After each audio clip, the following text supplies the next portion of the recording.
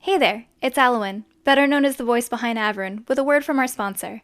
This session brought to you in part by Fiverr, the best place to find freelance services for your business.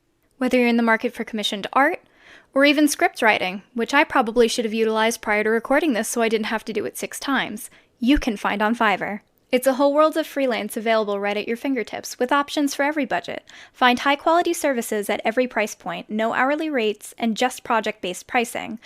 You'll find quality work done quickly, with the right freelancer to begin working on your project within minutes. Your payments are protected, every time. Always know what you'll pay up front, and your payment isn't released until you approve the work. And know that Fiverr has your back with 24/7 support.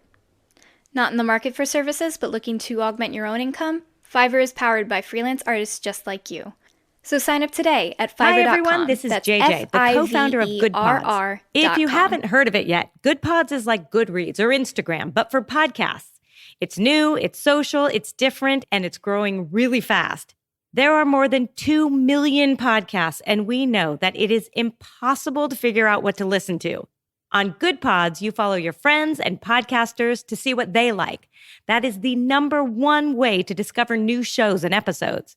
You can find GoodPods on the web or download the app. Happy listening.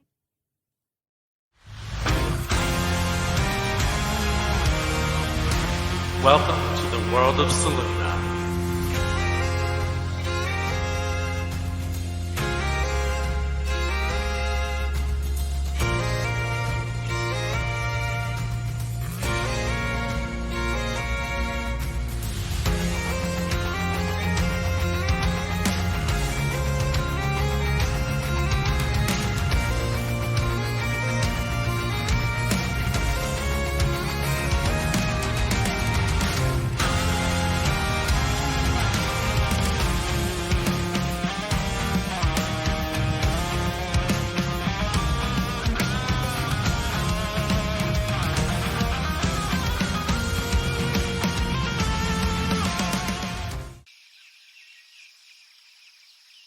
Hello, everyone, and welcome to Queers and Spears presents the World of Saluna side quest, Bottom Sept. I am your modest game master, CJ, and today we jump back into the quest of the Sacred Seven.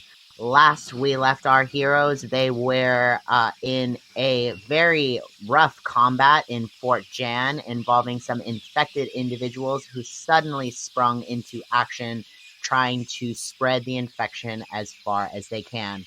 With some quick thinking on everybody's part, we were able to take down all of the infected individuals who sprung out from the medical tent and those who crept in from the wilds beyond, and quickly helped everybody.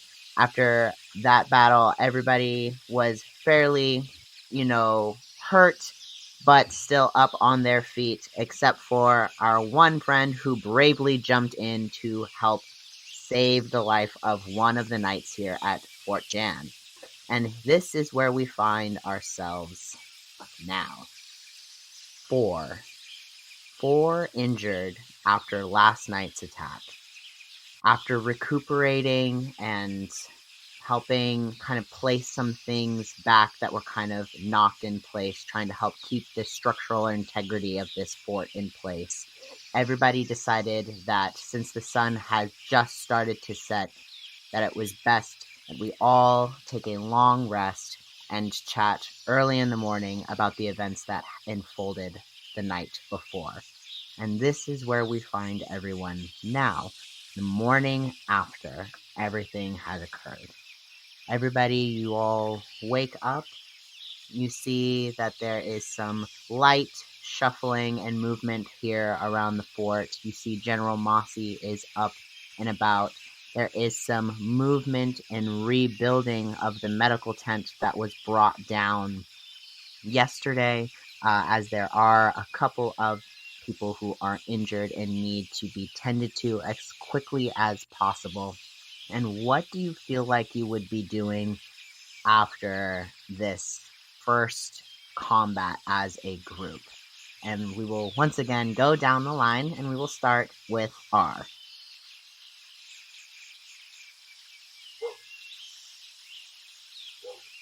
Yes, hello. So this is the next morning, right? Yes. Okay. I think R is just going to do what he usually does and playing a little morning music somewhere remote, maybe on one of the walls. Get up high, keep an eye out, make sure that nothing else is running towards us. You get a nice high vantage point looking out into the forest where animals had once crept through towards the fort to attack, kind of keeping a watchful eye in and out of the fort as you just kind of, absentmindedly strum on your instruments and kind of play a little tune to no one in particular, but of course people do in fact hear and enjoy this music. How about Oriana?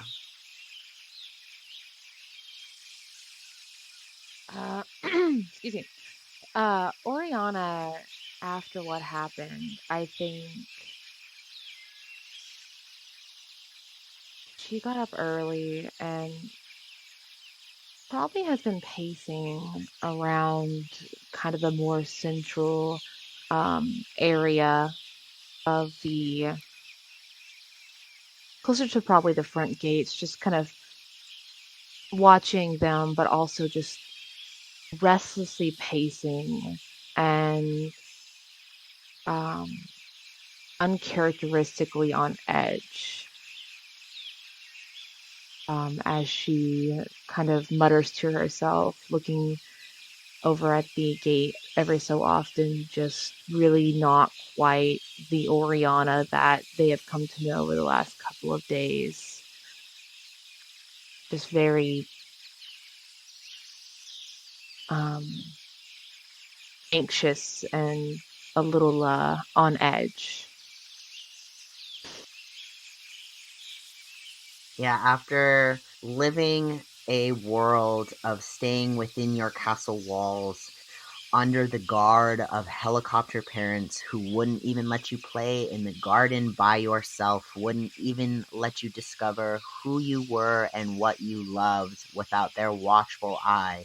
Now out in the world and out fighting the very nature itself that you have traveled into and have found so awe-inspiring, and just kind of coming into this kind of like realization, like, yes, it is beautiful, it's serene, it's lovely out here, but there is a dark side to this, and you're just kind of racking your brain around all of the different pieces that you and your group have kind of found, and also kind of coming to terms with everything that has happened last night. Whoa, what would you be doing this morning?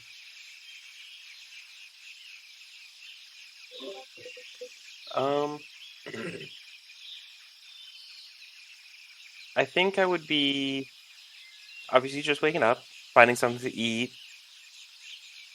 I think I would go see, after all that, go check up on anybody who might be injured. Absolutely. So you kind of walk over towards where the medical tent is kind of being rebuilt. There's a portion of that medical tent that isn't fully collapsed, and it looks like they're utilizing that portion of the tent, where you see a couple of the knights who are fighting some of the infected people out in the main plaza, who are laid out right now, as one of the clerics who was spotted working here yesterday as well, who is currently laid up. One of the other clerics is like bent over the cleric. You see kind of casting a spell on them, trying to heal them up. But you see the others are also being tended to as best as this one person is capable of doing. Click Clack, what would you be doing in the early morning? Click Clack is gonna wake up and Click Clack is going to like wander out from wherever he was sleeping, and he's gonna see Oriana pacing restlessly and not wanting to like scare her or surprise her or anything. He is going to approach He's not going to say anything, but he is just going to mirror her pacing and just kind of join her in walking back and forth until she's ready to talk about whatever's bothering her. You walk in step with Oriana as Oriana is lost deep in thought. As you are doing that, Noe, what are you doing this morning?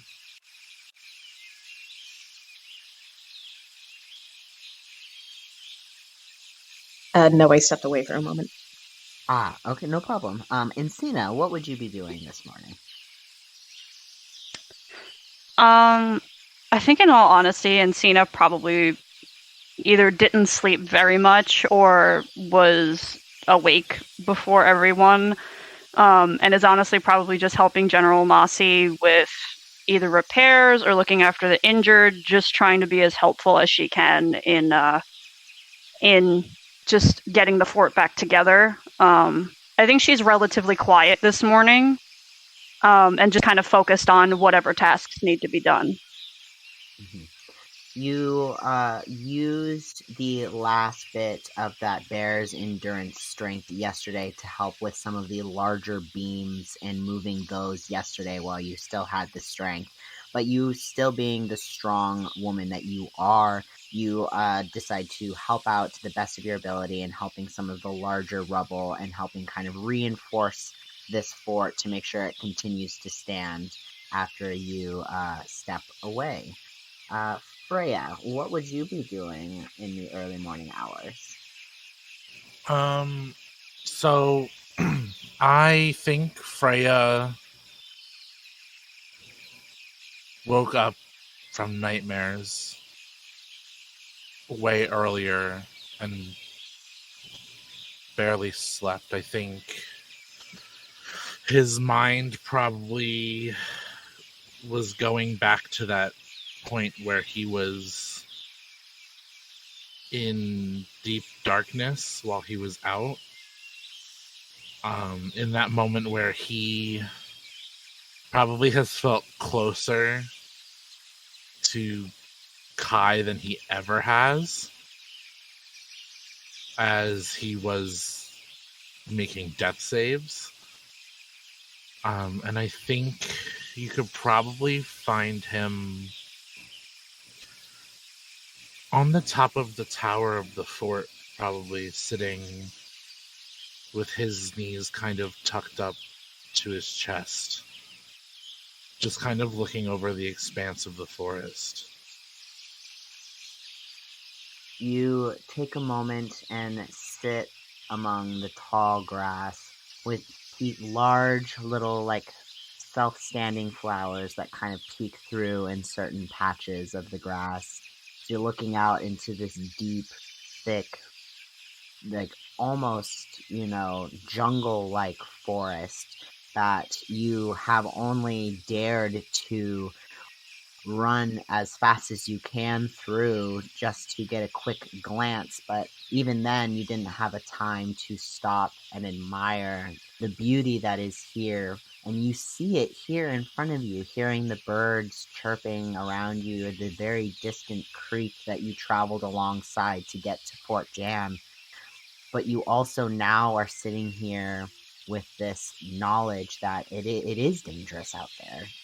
All the people, Felix, who told you over and over, it is dangerous out there. He was right.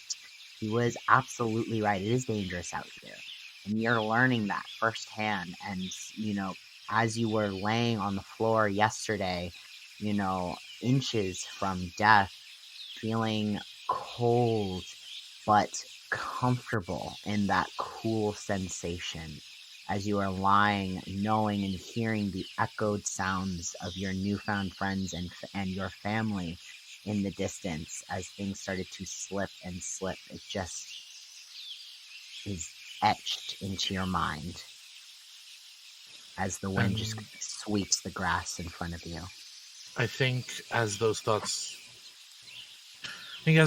go through his head and he's sitting there, I think if anybody were to come upon him, they would find him crying. you take this moment to yourself and let your emotions really show in this moment of serenity when you think that nobody is looking. Noe, what are you doing this morning? So I like to think she stayed the night in her son's room, kind of looking after him. And he slept through the night, correct? He was a little restless, a little tossy-turny Okay. throughout the night, but he did sleep, I'd maybe say a solid 6 hours. Okay. I like to think in the night she stayed by him to just kind of like focus on his breathing like she would do when he was just a baby, and to make sure that he was still breathing. And in a lot of ways felt like it was the first night after she had him all over again. Very much that fear of like anything could happen to this small creature, although he's not small anymore. She's worried for her son, and she would stay there with him and stroke back his hair and only leave him once she convinced herself that he would be okay if she weren't attached to his side. And she forces herself to kind of step out of his room and to get some fresh air and kind of breathe in deep. And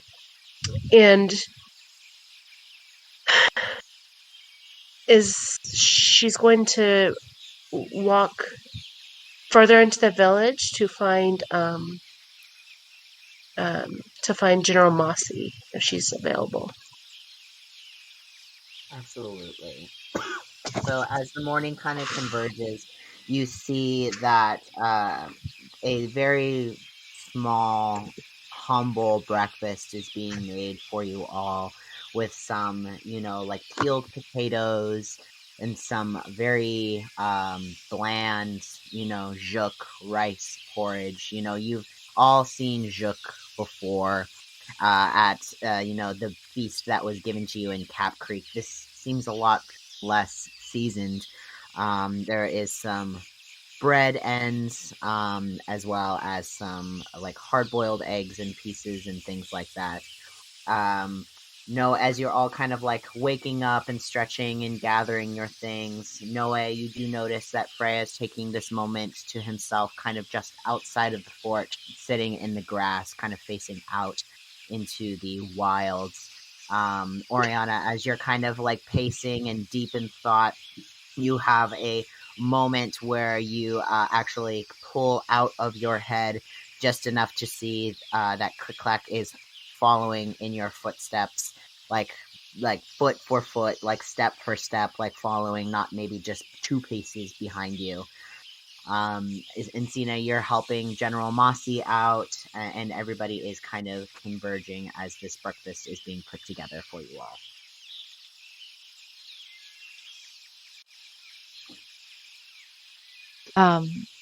I think the moment Oriana notices Click-Clack, I think she kind of slows to a stop, and she turns to him and said, "Oh, I'm sorry. I didn't see you there. How long have you been walking with me? I'm sorry I didn't say hello."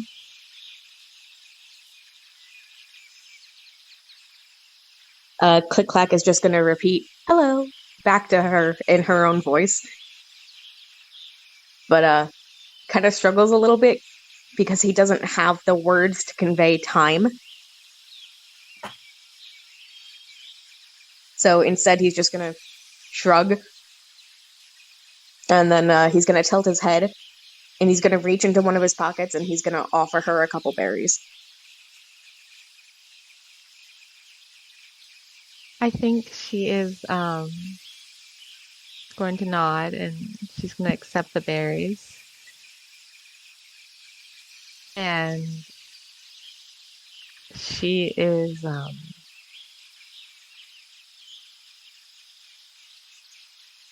she kind of takes a moment, and you can kind of see her look up towards the sky, blinking as she's fighting back tears, and says, "Thank you. I will greatly enjoy these.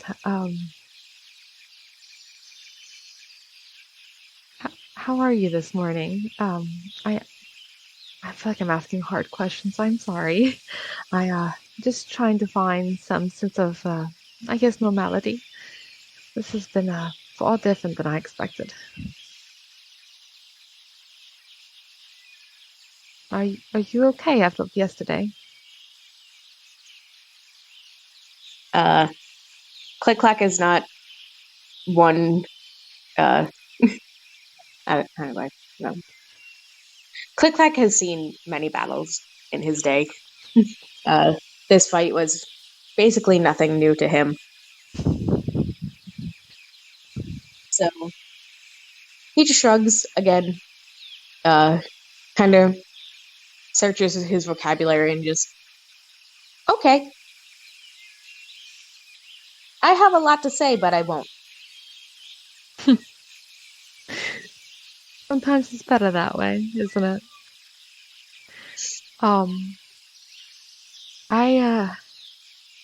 Have you done this before? Have you fought like this before? Yes. I'm sorry you have.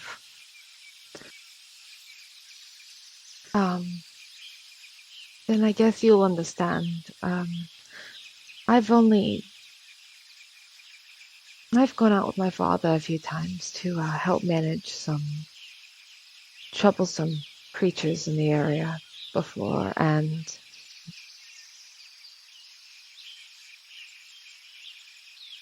I think she stops and she kind of holds her arm close to her, still not quite used to the feel of the metal under her hand. As she holds it there, she says,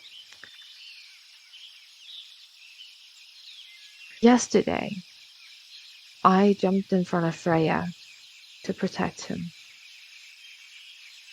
The last time I did that, I lost my arm.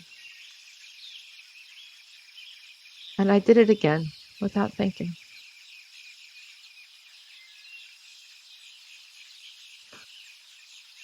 Click clack. I don't want to be reckless, but I also don't want to risk any of you getting hurt because I was scared of losing something again. Because losing you would be far worse. But I also know I can't risk my own life. How, in the best way you can say it, how do you do it?"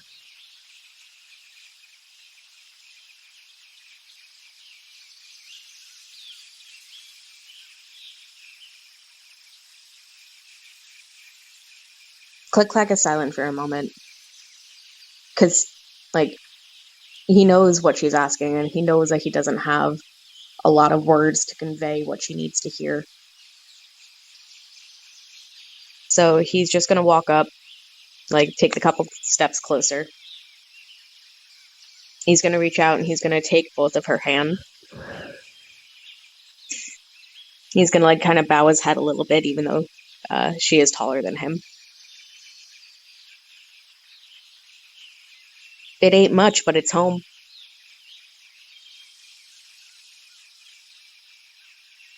Because, fighting has been the only thing he's really known his life.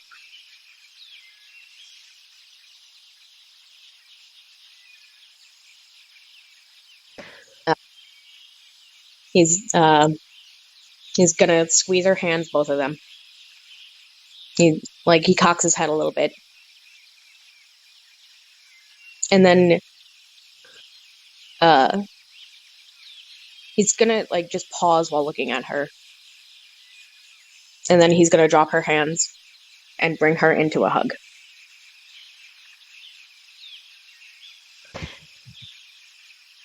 At this point, Oriana has begun to cry, and she hugs him back. She drops to her knees so she can hug him properly, and she hugs him so tight that she's gripping onto his clothes. And she says, "You may not have a lot of words to say, but the words you do speak far more than I think you understand." Because to her, those words, it ain't much, but it's home. She always felt her best, and she was there to help someone in any capacity she could. And while he doesn't really know that about her, she appreciates the sentiment and knows that everyone has their own battles and their own battlegrounds. And that while it's not much, it is a home to them. And she understands now that what she was so horribly out of love and protection of her, so horribly disciplined for doing, for trying to save her father, and then reliving that as she jumped in front of Freya to protect him. That's just who she is. And she would do it again, no matter the cost. And I think she says quietly to Click-Clack, "Thank you. I truly needed this." Click-Clack is, because she had knelt down to hug him, he's just going to lightly pat the top of her head. He's going to give her another squeeze. He's going to pull back just enough to really look at her. And then in Encina's voice say, "Oh, fuck yeah, porridge." And take her hand and lead her to where the breakfast is. And she's going to squeeze his hand as they start walking towards breakfast and says, "Yes, fuck yeah, porridge. That sounds wonderful right now." As you start to journey towards the small, humble breakfast table, is there anything else anyone would like to do before breakfast time commences? Yes, Melanoa would like to approach her son, who is clearly upset. Yes, mother's intuition, no need to roll for it. He's definitely, his shoulders are moving in a crying fashion. You've seen your children cry before, and this is your second born. This is your little boy, all by himself, feeling his feelings right now. I think that for Melanoa, she hasn't seen Freya cry since he was a little boy. And seeing him cry perhaps so openly, it just, much like earlier and much through the night, she sees him like he's her little boy all over again. And so she's going to walk to him and perch herself carefully next to him, lower herself down to sit next to him, and just very gently put her hand on his shoulder. Freya. I think for the first time ever, you experience Freya jumping, not fully away from you, but almost flinching away, and he wipes his face and he's like, "Oh, sorry, what is it you need?" I don't need anything, Freya. I'm here for you. Melanoa is seeing her son and just kind of push it away. It much like how Janice has been taught to push things away, much like how, as the royal family, they have to often push what they feel away. But they're not at the castle, and Noe's not around her husband. and she worries for her son. So, Freya, don't do that. Not with me. Sorry. What is wrong? It's a lot more than I thought it would be. I've crossed the border, but only for an hour. That's how I found Peter, but this... And I think for the first time you see him shut down, not because he's hiding his emotions. Like, the tears are falling, but I think he is, though he follows the god of death, he does not want to admit that he almost died.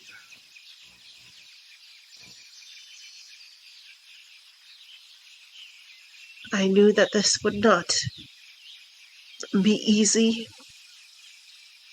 It would not be easy for me to see you go through it, and it would not be easy for you to go through it. I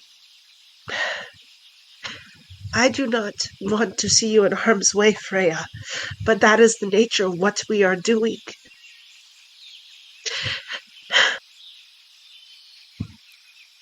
My son, I will do anything in my power to protect you, and you must know that.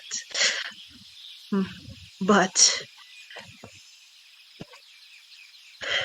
you need to continue to protect yourself tooth and nail, Freya, because I will not go back to the kingdom without you.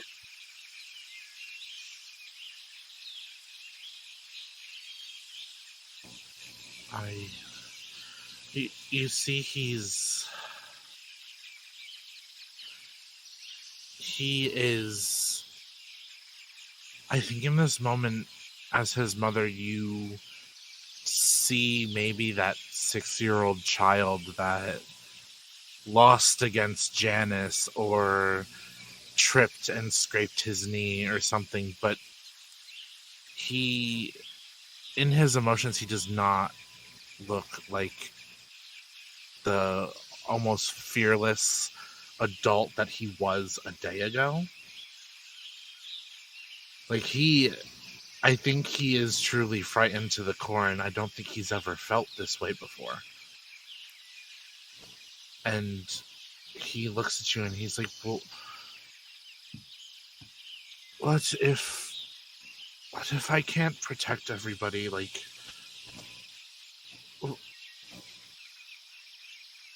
fighting is what I know. It is what I do. And if things like that keep happening, is it really all... Am I as good as I thought I was? Am I as worth it as I thought it was? Freya, you listen to me. You are not just all fighting. You are Freya. You are so much more than just the battlefield. And who you are, your capacity to protect people, to love people, that does not come from your ability to swing a sword. If the time comes for you to protect everybody, you use this, and she's going to point to his temple, as well as this, and with her other hand she's going to cover his chest over his heart. You use them both together, Freya, but not one over the other. I know it is hard. I know you are scared. I am scared too. And Noe doesn't usually let herself feel that fear in front of her children. But after seeing it firsthand and being in the circumstance where they're traveling and being on the forefronts of it together, she feels safe with Freya enough to show that and to show her fear for him. I wish. Go ahead, Freya. I think he looks at you, and he says, I need you to make me a promise. And I will not be taking no for an answer for this promise. What is it, Freya? If anything happens to me,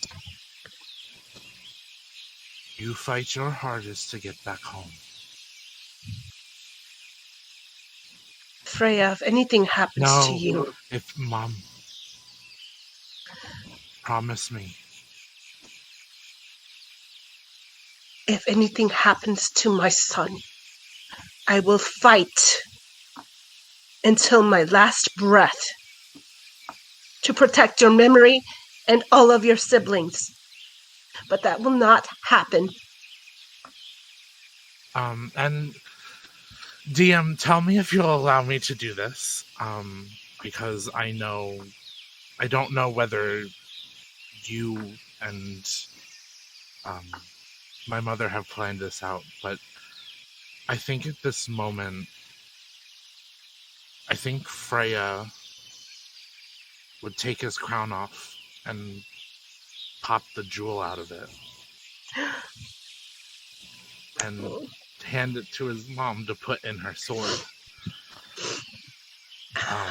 And as you look at this gem, it's a bright red gem in the shape of a broken heart with a crack, just like a broken heart would have.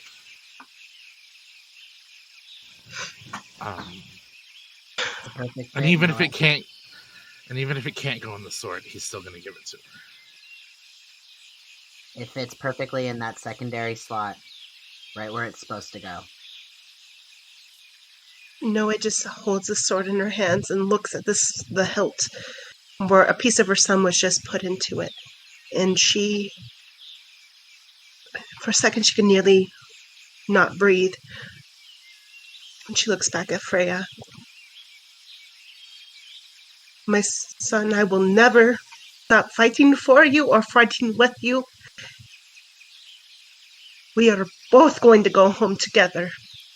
We do not need to be making promises, but I promise you, if anything were to happen to you or to any of your siblings, Freya, the person who is responsible, the party who is responsible, they will answer for it. And I think at this point, he puts his crown on the ground, which most royals would know is sacrilegious. You don't do it. And I think he just sets it down and he looks at his mom and he goes, out here I can be just Freya. Out here I'm not a royal who is kept secret, is kept out of events unless need to be shown.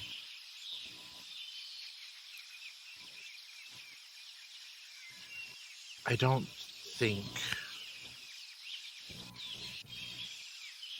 think Sunmore is a home for me anymore.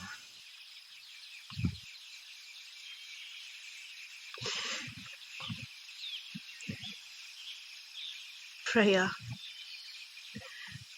Sunmore is no longer going to be a home for many of the people there if we do not fight for it. And I understand, perhaps you're destined for other things. And perhaps you will not be coming home with me when I go. But I'll be damned if you're not alive to live your own destiny.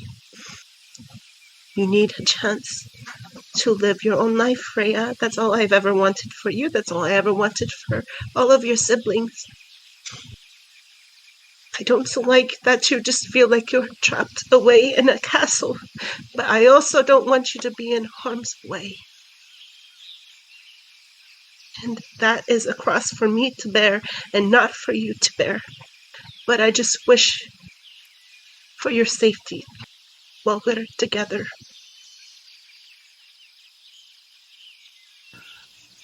I think after that, he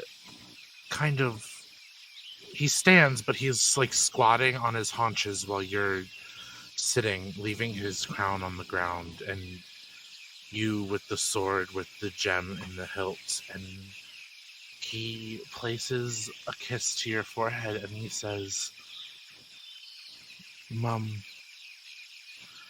harm follows those who follow death. I've learned that a long time ago. If it comes a day that Kaivalya's ready to take me to where I'm meant to go, I can't say no. I'd be forsaking his own gospel." There'll come a time for us all, Freya. For me, for everybody. But let it to be on your own terms. It will be. I love you, Freya.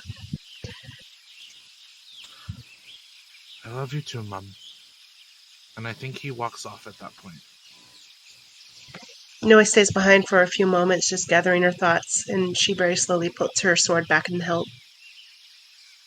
And takes a few moments before rejoining the group. And I think all of you at breakfast see Freya walking up without his crown on, just looking like Freya.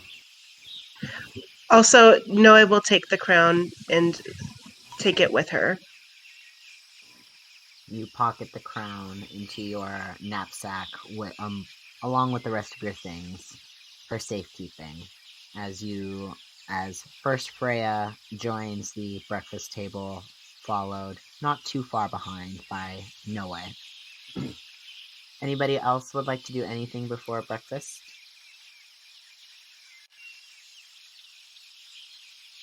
I think R is just going to cast Vicious Mockery on the forest. On the forest? And say, "Fuck you, forest." And then head down to eat. Alright, R, get it! And then start heading down. Roll me a luck check. Oh, a luck? Alright, no problem. I better get a fucking depressed tree out of this. Alright. Let's see. What do I add to it? It's just a flat d20. 11. 11. You just, out of spite, out of everything that's happened to you within the past couple of days, and especially last night, you just throw a vicious mockery out into the forest, and one of those birds that you encountered on your first day's journey, the bird with large wings that envelop its entire body and use it to flap up unceremoniously, you just hear horrendous cackling about 500 feet off into the distance of just like,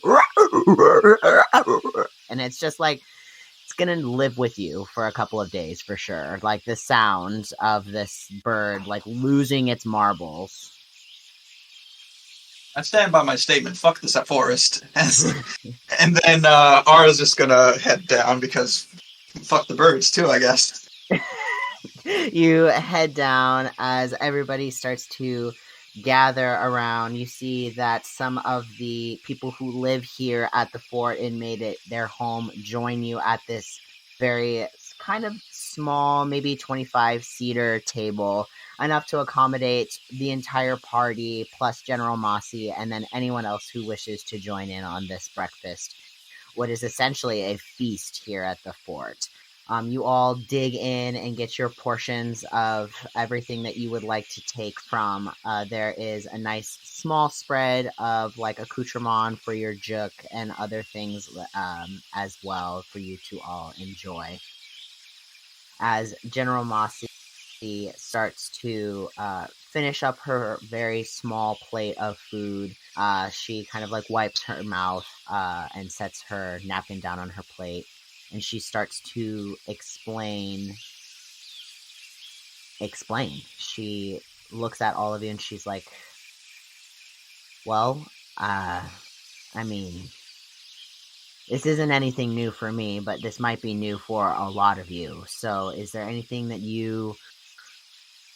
I don't know a whole lot of information. We just fight this stuff and do everything that we can to try and fend for ourselves here. I know Dornwich is doing much better and has much more answers, but if you happen to have any questions, I'll answer them as I can see fit.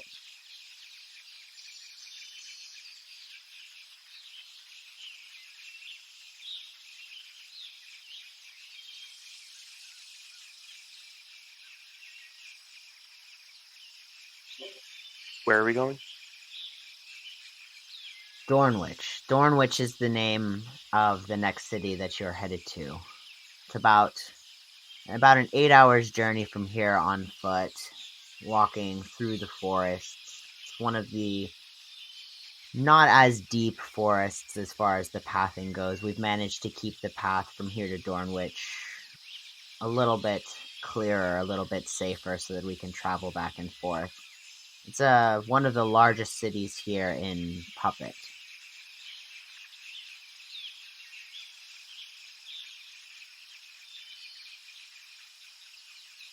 I think Oriana will look to the general and say, if it is all right, I will send a message to my parents to see what aid they can give you here. They fought in the war with your grandmother, and it would only be right for them to do what they can to aid Fort Jan, especially in time of need. My parents have always stuck by the motto of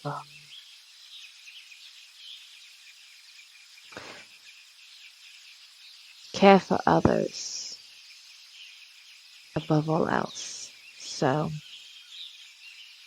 I think they'd be happy to oblige, but I just want to make sure that would be something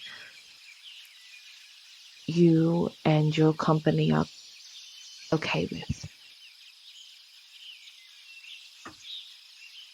I mean, we'd be happy with all the help that we could get. You know, I don't want to ask for anything, but anything that they feel like they want to pass along or they feel like they can spare would be greatly appreciated. I would be more than happy to. Believe me when I say they have more than enough resources to spare. She kind of like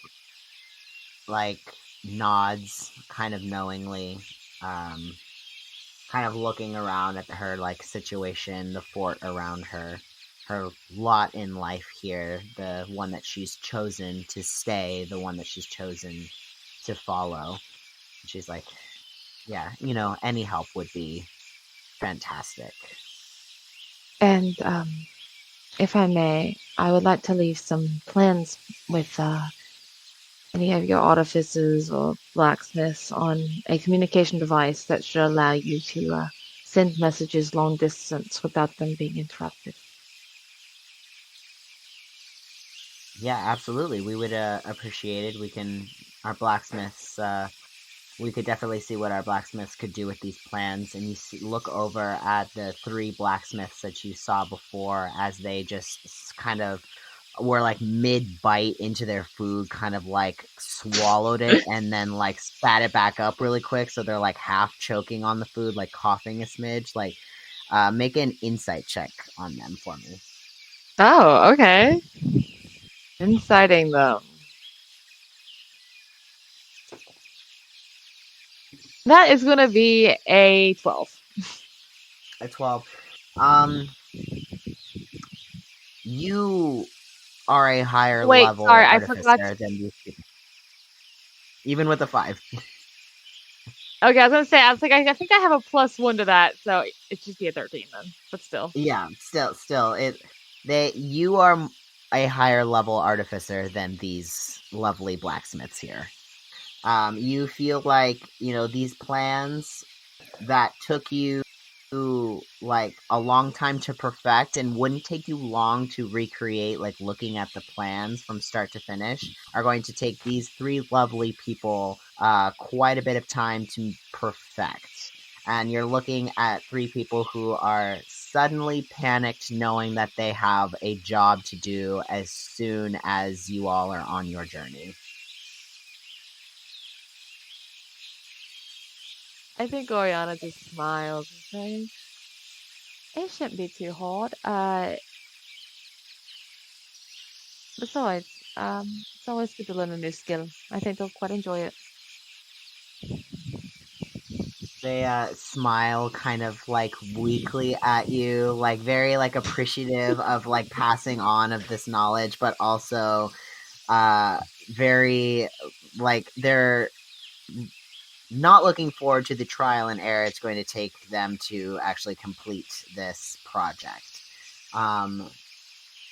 General Mossy goes on to kind of explain some of the key points about Dornwich. Dornwich is one of the larger cities here in Puppet. Right now, you are all on the border of Soonmore and Puppet. So you're going to be heading deeper into Puppet. This is the main like transport city. So this is where a lot of the goods come from and that are cycled through Puppet. You are expected to meet at the city council, like the headquarters, to meet with Chancellor Xavier Sorespirit.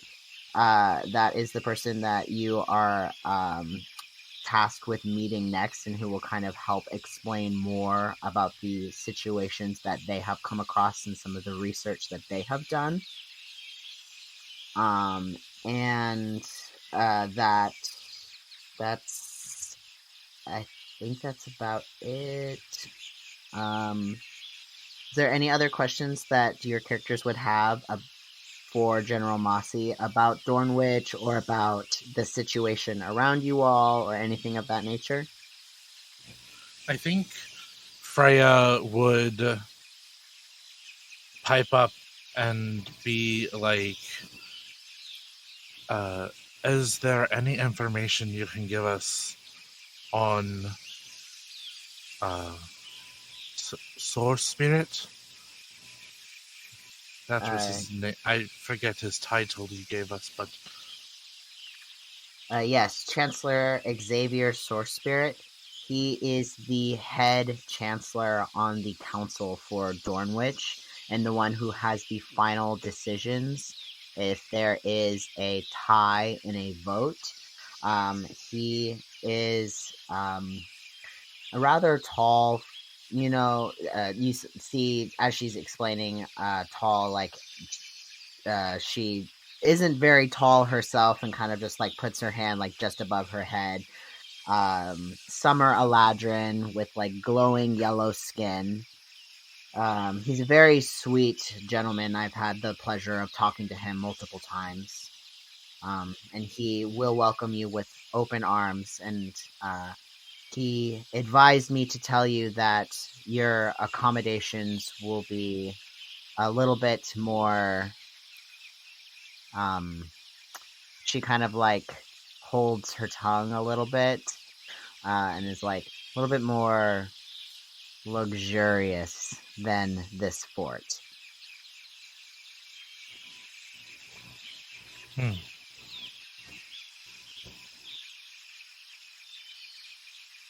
Okay. Are there any customs we should be aware of in Dornwich so we don't step on toes? There are really no customs in general that you should be specifically aware about. There are currently no festivals or anything of the sort going on, so there's nothing for you to have to look out for in that regards. I would say that once you are in the head hall of the council members, I would keep your voices lowered and not as loud. They tend to look down upon those who shout upon the halls.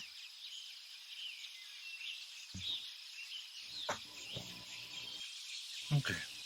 That is all my questions. Thank you very much. And he's gonna go back to just like slowly eating his porridge.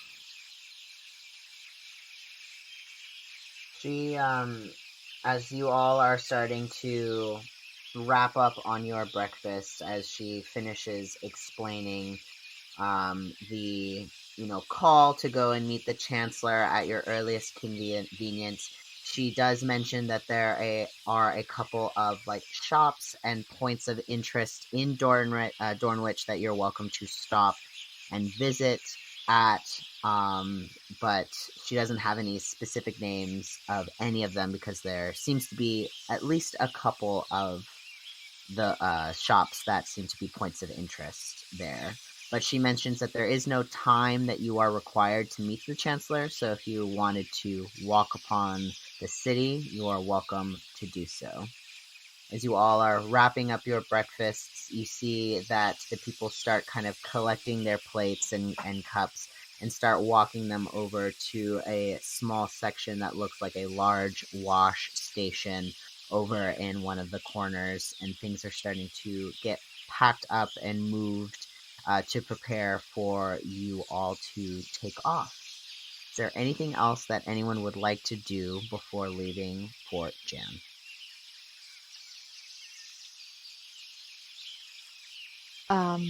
Other than I think Oriana would ask if she could borrow Noe's sending stone to send a message to her parents. Other than that, I think she's good.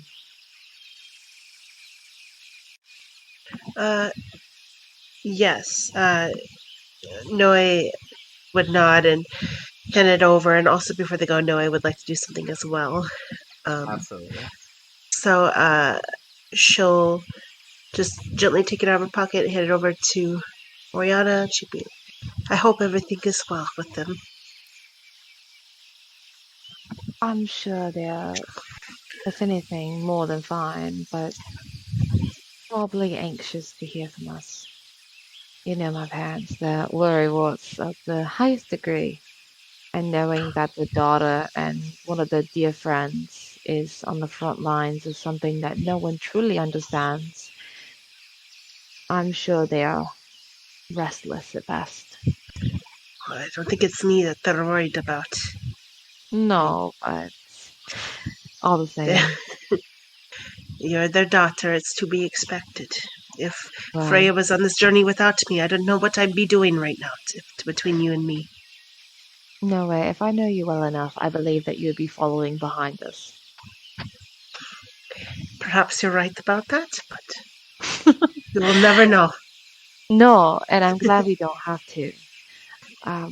Though, I don't know if my parents ever told you, but I've always been a bit of a, I don't want to say rule breaker, but I've never quite been what they've wanted out of a daughter.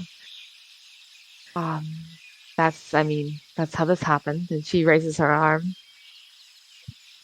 And the little bit of sunshine that comes through shines on the gold inlays, and she says, "My father would have killed me yesterday if he knew what I had done, knowing that I had jumped in front of your son like that." It is his own worry, perhaps for his child, to be angry at you for doing so. But No, consider I did the same for him. And as a parent myself, I have to thank you. Oriana, for what you've done for my son. No way, Freya, I would do it again. Without thinking, I would do it again in a heartbeat. and I want you to know, and as I told your parents before I left, I will do anything I can to keep you all safe, as though you were my own. No way. If I may be honest, you've been more of a mother to me than my mother ever was.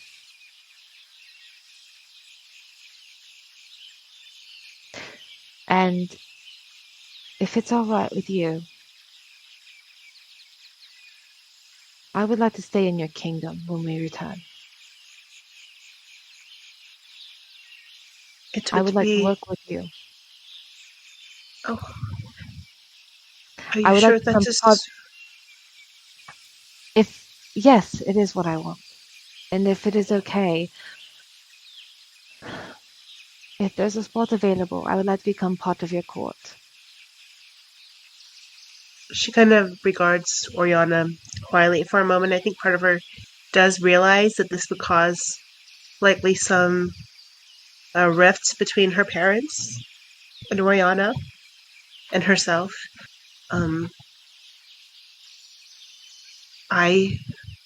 For all of us on this journey, Oriana, it is a way to find out what you want and what you desire and what your heart wants to go back to. And if your heart wishes to come back to my kingdom to work alongside with me, I would welcome you with open arms, regardless of what may happen in the future. And I will run into them. Listen, there's a lot that I've gone through in the last year. Promises have been broken. My heart has been torn out of my chest many a times because of people who have let me down, people who discarded me. And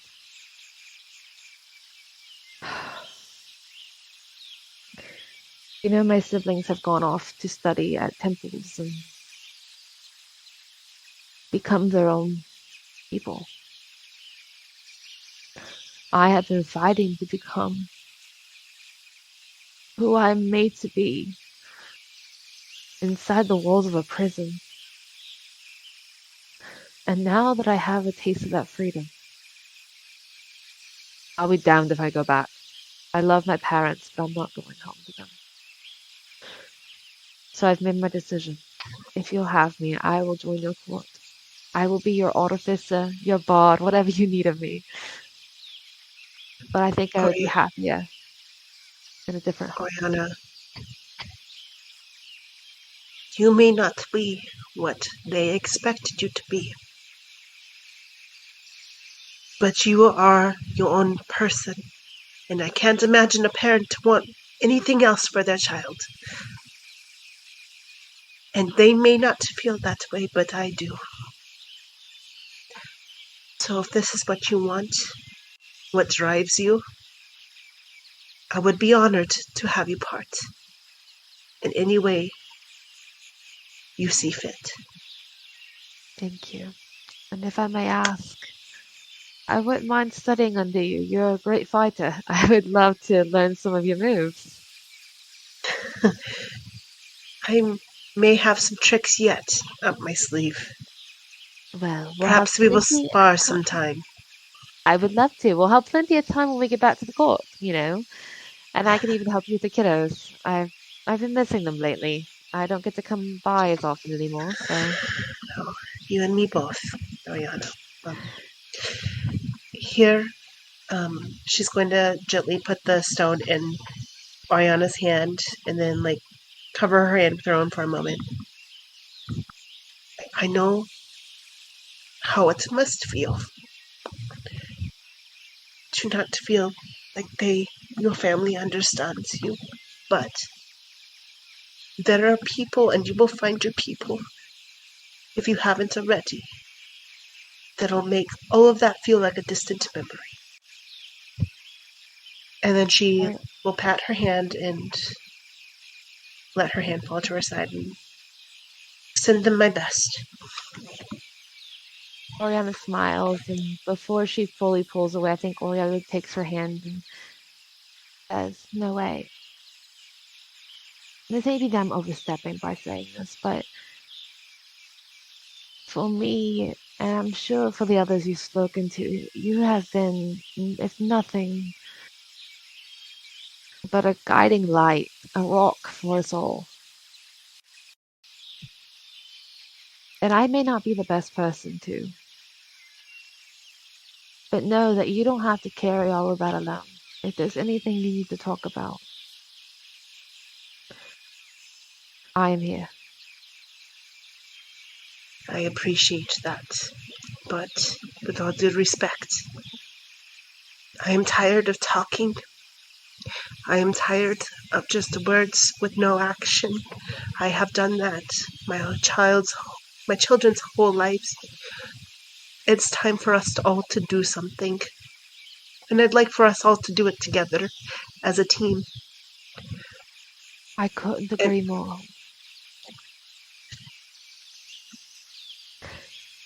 But the offer still stands if there's anything you need to get off your chest. I understand that this has been hard for all of us, so I wanted to offer that. But I do agree. It's time we The should talk. offer stands both ways, Oriana. Thank you. And that was some of my best, your best, and my own best. Just not looking forward to the response. Well, the beauty of a sending stone is that it's just a stone. You can take all the time you need to reply back. Thank you. Truly. And Noe will nod and kind of smile at her and step back to, while she sends her stone, she's going to seek out Mossy while Oriana does that. Absolutely. You go to talk to General Mossy. You see her finishing cleaning up some of the things associated with breakfast, kind of just lending a hand wherever she can squeeze into. And as you approach, she's like, Queen Melanoe, it's great to see you. Melanoe, you don't have to dress me as queen. Well, this fort is on the border, so I kind of have to respect all forms of monarchy, my queen. I respect that. General Mossy, I just would like a moment of your time. I understand you're quite busy. I can help as well. Do you need help with that? No, that's okay. Okay. Just wrapping up. It's no issue at all. I'm sorry if this is out of the blue for you. It is not out of the blue for me, so you have to give me some patience here. I was quite close with your great-grandmother. And as I mentioned earlier, I fought side by side with her, and she is the greatest fighter I've ever known. And we had always made promises to each other to not only look out for each other, but for our families. I have not been doing well at keeping up with that promise because I did not even know about you. And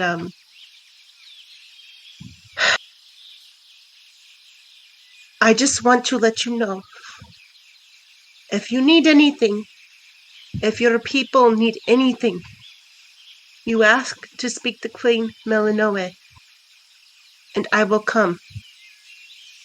And I do not make that promise lightly. She kind of looks and smiles, kind of looking upon your face, in a knowing and loving manner. Her face is soft and kind despite the scars that go across her face and tell her story. And she looks upon you and she's like, she always used to tell stories of the times you all spent together fighting for your rights and fighting for the rights of the people and fighting for what you believed in. And those stories continue to stick with me, even now, which is why I'm here fighting this fight. And she knows that time and stress and duties sometimes have to and impose their way to becoming the things that come first in our lives. But she always remembered you and always spoke fondly of you. And you are always in my life, regardless if you were in my life.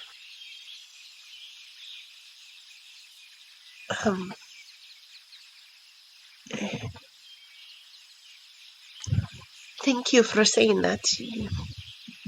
You have no reason to be so kind, and yet I see her in you, and I am only a message away. Something She that kind Go of ahead. like grabs your arm in a way that just kind of reminds you of the way that Jan would grab your arm to kind of ground you and keep you from going on and on with your like thoughts and your feelings, as you always have worn your heart on your sleeve. And that touch kind of brings you back into that moment, and you look into Mossy's eyes. This resemblance to Jan is just so striking. She is truly of Jan, and you see the fierceness behind her eyes, the fight that Jan always had in her. You feel like she is her own woman here, and she looks at you and she's like, I will reach out if I need anything, and I would love for you to reach out if there's anything you need from me. Something in Noe almost breaks, and her eyes are almost a white with tears. Not quite, because she still tries to school them, especially with the touch that keeps her at bay, just like Jan once did. I would love to come back after this is over and help along with everybody else. I can't guarantee how long that will take me, but I'm going to make a promise to you and to myself. You will see me again soon, and we will rebuild this to what it once was, what it should be, what it could be, what it is supposed to be. She looks at you with determination on her face, and she's like, I can't wait for that day, and kind of grabs your arm in a like strong handshake and kind of like brings you in for a hug. Noe easily uses her other arm to hug her back, and there's almost a relief settling in her chest. Something she didn't know that she needed until this moment. And she doesn't want to be, but she's the first to break away. We will be leaving very soon. I really wanted to come talk to you first. And I'm glad you did. It was important that I had a moment to kind of talk to you. Actually, before you leave, hang on. And she kind of like turns, walks away back into that office space behind that door that you had once walked in before. She comes out with a small mahogany wooden like jewelry chest. And she comes out and she's like, this was Jan's. This was my great grandmother's. And she always said that if you were to ever come around here, to always treat you with respect. And she kind of like smirks a little bit here. And secondly would be to return this. And she opens up the jewelry chest and you see a small little locket with a blue gem in it. You recognize that little locket as one that Jan would wear, that was made with the same metal as your pendant is made from.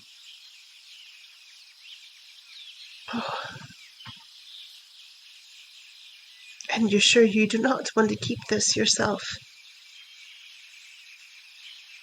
No, it's for you. No way gingerly picks it up. Yeah, she takes it out and places it delicately in your hands. No way gently wraps her fingers around it. And the stone is in the necklace, correct? Yes. She looks down at the sword on her hilt. And instead of taking the stone out, she'll wrap the whole chain around the hilt itself and secure it tightly so it's draped along the edge. You wrap the chain around the hilt of your sword, draped alongside some dark walnut-covered puka shells as you keep your loved ones close to you at all times. She would like being close to battle. That's what she always wanted to be. That's how she always was. Indeed she was. Thank you, General Mossy. Anytime. You have been a wonderful help. You again. I count on it. And with that, one last look at her and a smile, she'll go back to the rest of the crew. You join the rest of your party as you all begin to brace yourselves for the journey ahead. Is there anything else anyone else would like to do before we take off to our next city?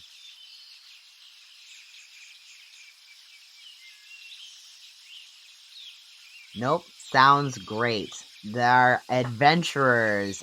After a hearty meal that fills them up and fills them with enough strength to carry on, knowing that they have about an 8 hours journey until they get to Dornwich, head off back into the wilds and off into the unknown. This journey is going to be split up into 2 different survival checks. So who would like to lead the party, aka make the survival check for the first half of the journey? R is sick of the forest, so he's going to chart away ahead of them. Just really done with it, honestly. You heard city is the next thing, and you're like, please, God, get me out of this forest. That's where we need to go. So R is going to take charge. And Oriana will give the help action if she can, because she too just wants to leave. As nice as it's been, she's done. With everybody being deathly sick of the forest and in need of a good bath, Oriana assists R with the survival check. Go ahead and make that check. Sure. So that means I have advantage, right? Yes, you do have advantage. Okay. Can't we stay in the forest a little bit longer? Please, well, I'll give you all the money I have.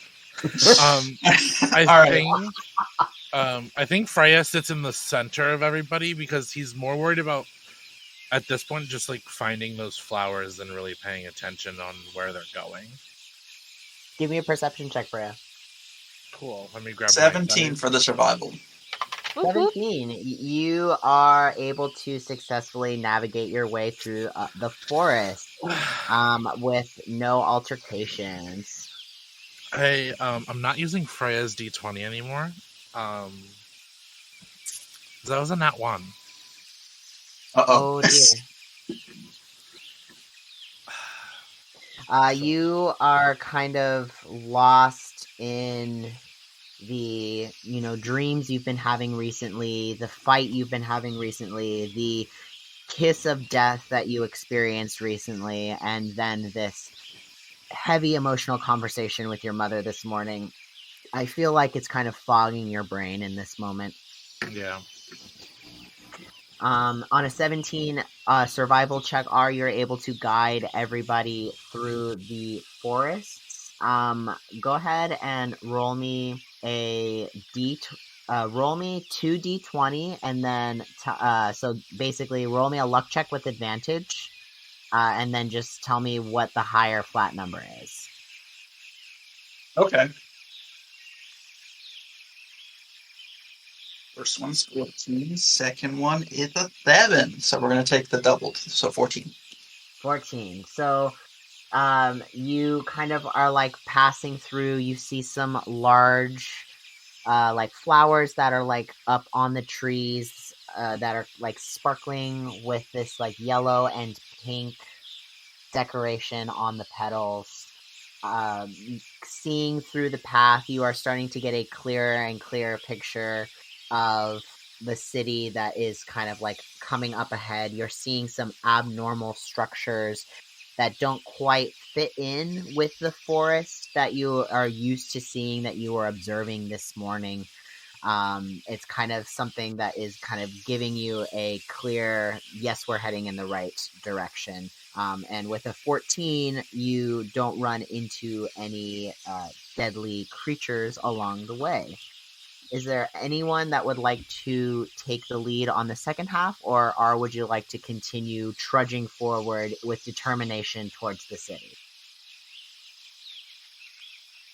No, yeah, we're trudging forward.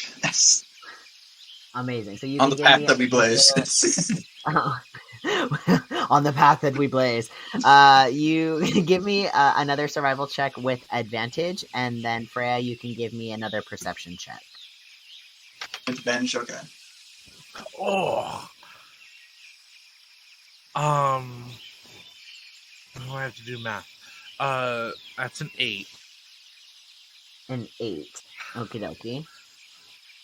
Also, on that survival, don't forget the +1 from my aura. Oh, okay. Hold on. I lost my dice. Where is it? It fell down here. And fuck. Okay. That was a natural 1 and a 3, so that's a 2 and a 4 with Freya's help. Can I give the help action again? Well, he already had advantage. He had the help action. Dang it. Okay. As you are kind of walking through, you were so sure you were heading in the right direction. You saw kind of the abnormalities in like the tree line, and you were like, oh, that's got to be it. And you're kind of veering off of the course a little bit. It's taking you a little bit longer to get there than you expected. Would you like to make, because of the very low rolls, everything under 5, we're going to require an additional survival check. Would you like to take this survival check, or is someone would like to jump in and take the lead? I think Oriana. I like to think that R is currently hearing that bird mock him again. It's in the back of his head. But yeah, I will rescind my leadership. I'm going Oriana back will to the step up. caboose.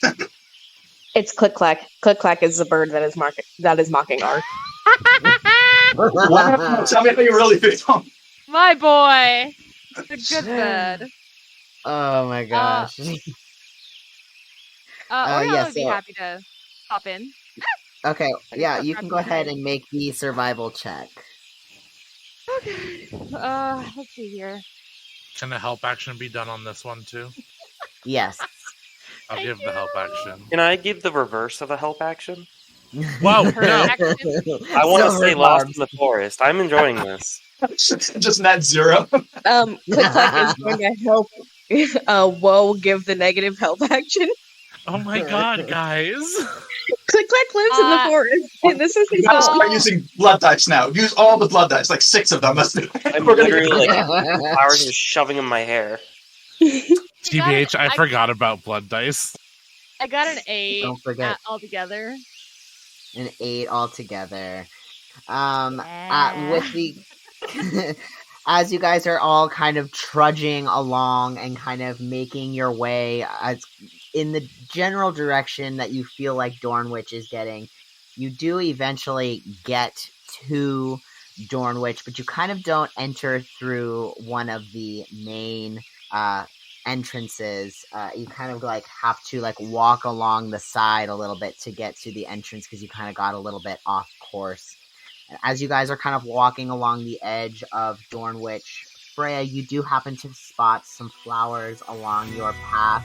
You do not spot many flowers, but you do spot a couple of very beautiful blue and yellow flowers that kind of speckle in the grass that you collect up as you journey further towards the entrance of Dornwich. Are the And as blue you- ones the prince's secret? They are, yes. Okay, I'll grab them.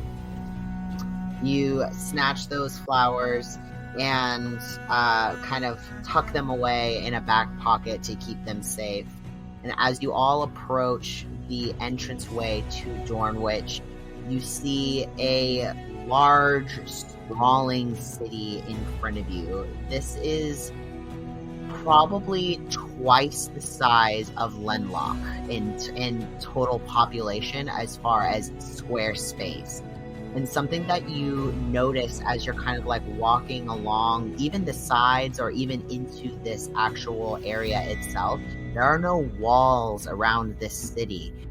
In fact, the wilds creep within the cities themselves, and you see as the city is working with the wilds, as the trees support the large sprawling buildings that reach towards the sky, as glass plains cover the aqueducts and the natural creeks that make the cityscape and the streets that line this city. Their people are bustling and talking, and there are like vehicles that are riding down the streets.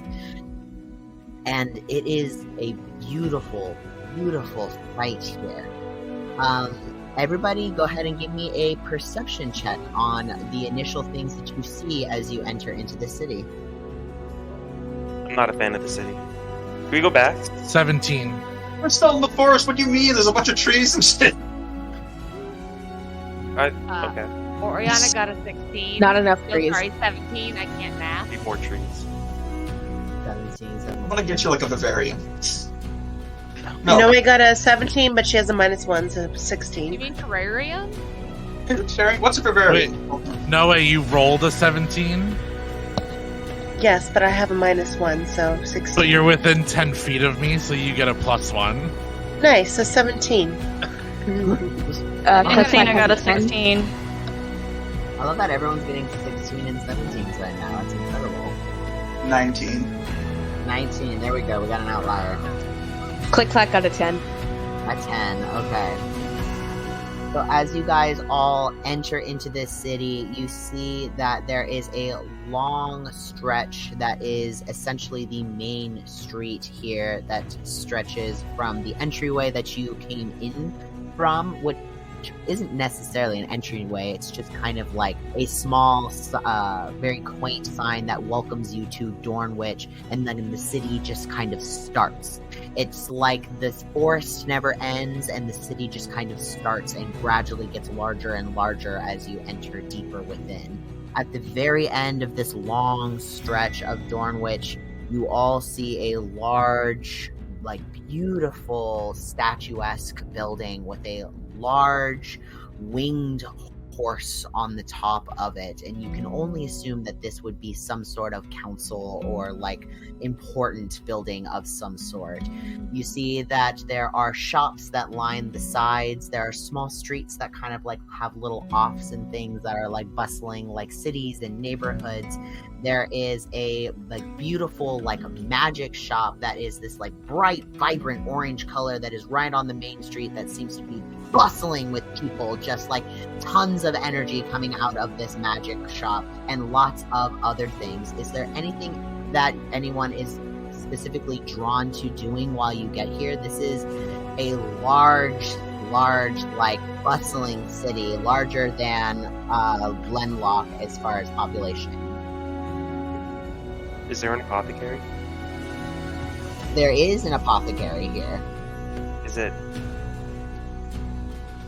We have to check.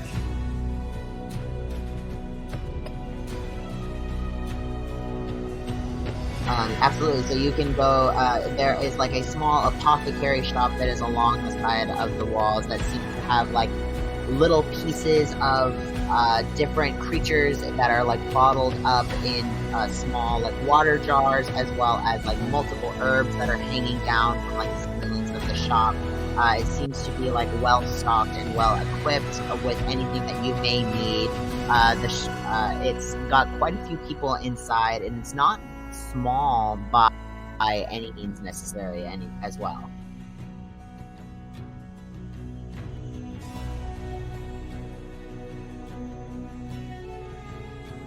The city or the shop? The shop itself. The shop is a decent sized shop. It's not this very is the small. apothecary. Yes. Gotcha. They got any free samples? They are giving out little bundles and bushels of rosemary, if you would like. Yes, very much so. I would like to eat some. They pass out a bushel of rosemary. Do you eat it? Because Right you're in front welcome of to. Just Yeah.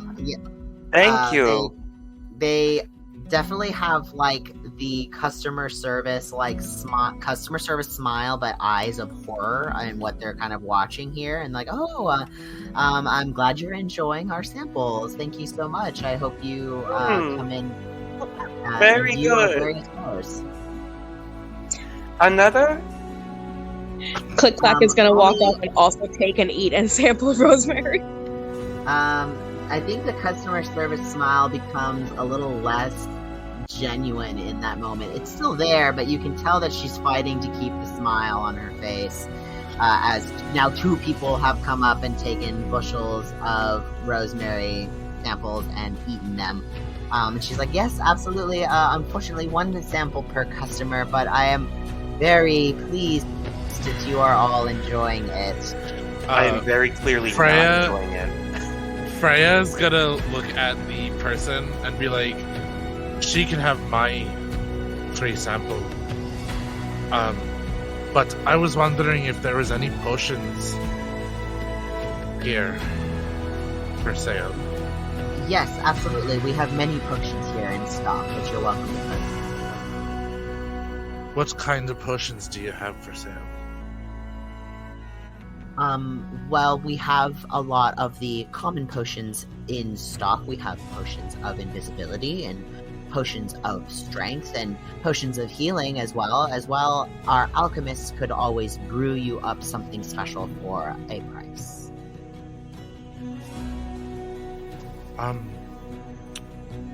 How much are your healing potions? Well, our standard healing potions come at 5 gold apiece, and then it is a 5 gold increase for any higher potency of healing. What is your strongest healing potion? That would be our superior healing potions. And the price? That would be 20 gold. I'll take 10 of them. Oh, yes. Well, right away, right this way. And she kind of like leads you inside to purchase those. So 20 gold times 10, that's 200 gold. And you purchase those from the little innkeeper, the little alchemist within this shop. Is there any other shops that anyone would be interested in? Real quick. Yes. While she's taking Freya inside to get the potions, Click-Clack is gonna swipe like 5 samples of the rosemary. Give me a sleight of hand check. Thanks to my gloves of thievery, my sleight of hand is a plus 12.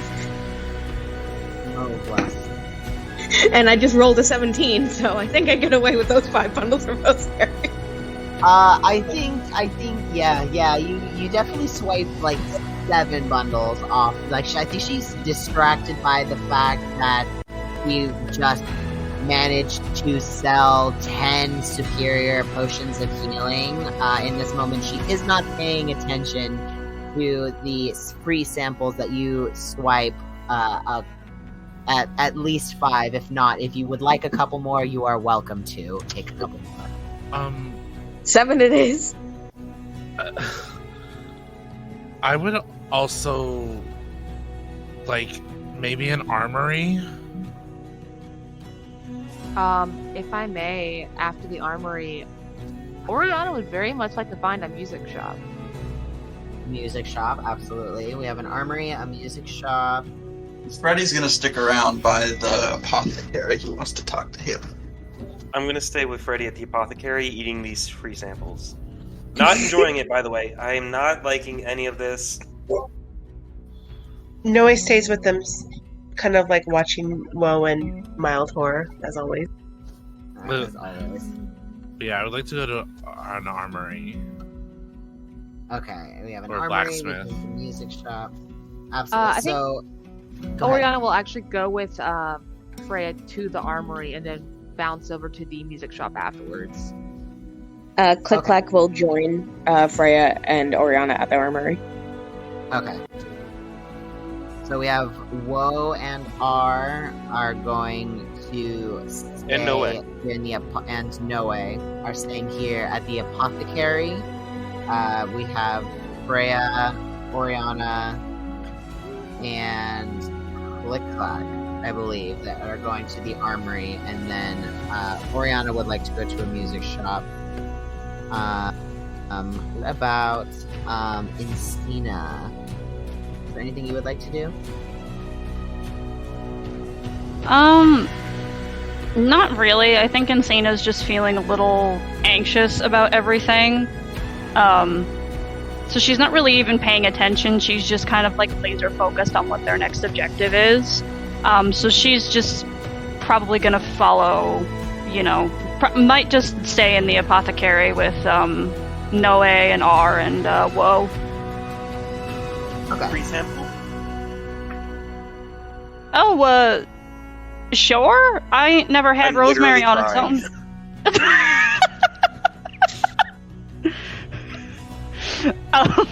Encina, if Woe's actually offering, Encina's gonna be like, oh yeah, sure, of course, why not?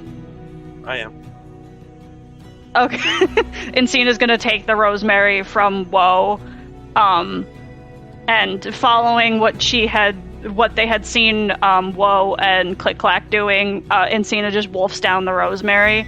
And it's not great without any food, but Encina's eaten worse, so they just kind of push through it, and they're like, yeah, I could get used to this. This tastes pretty good. I can see why you like it.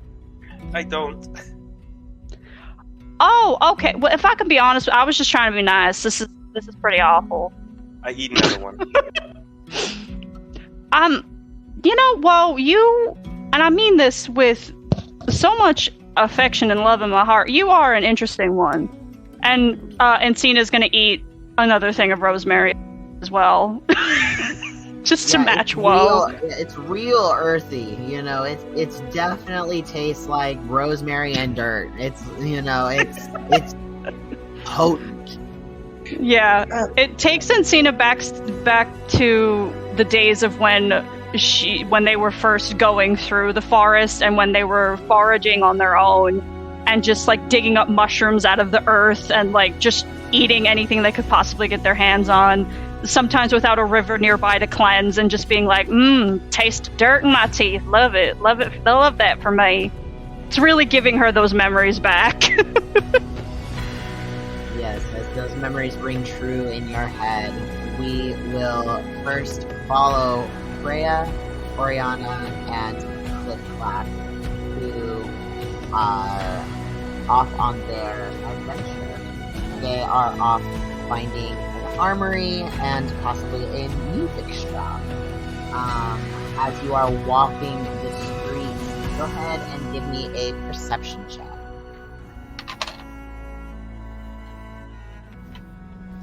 I hope one of you did better because I got a 7.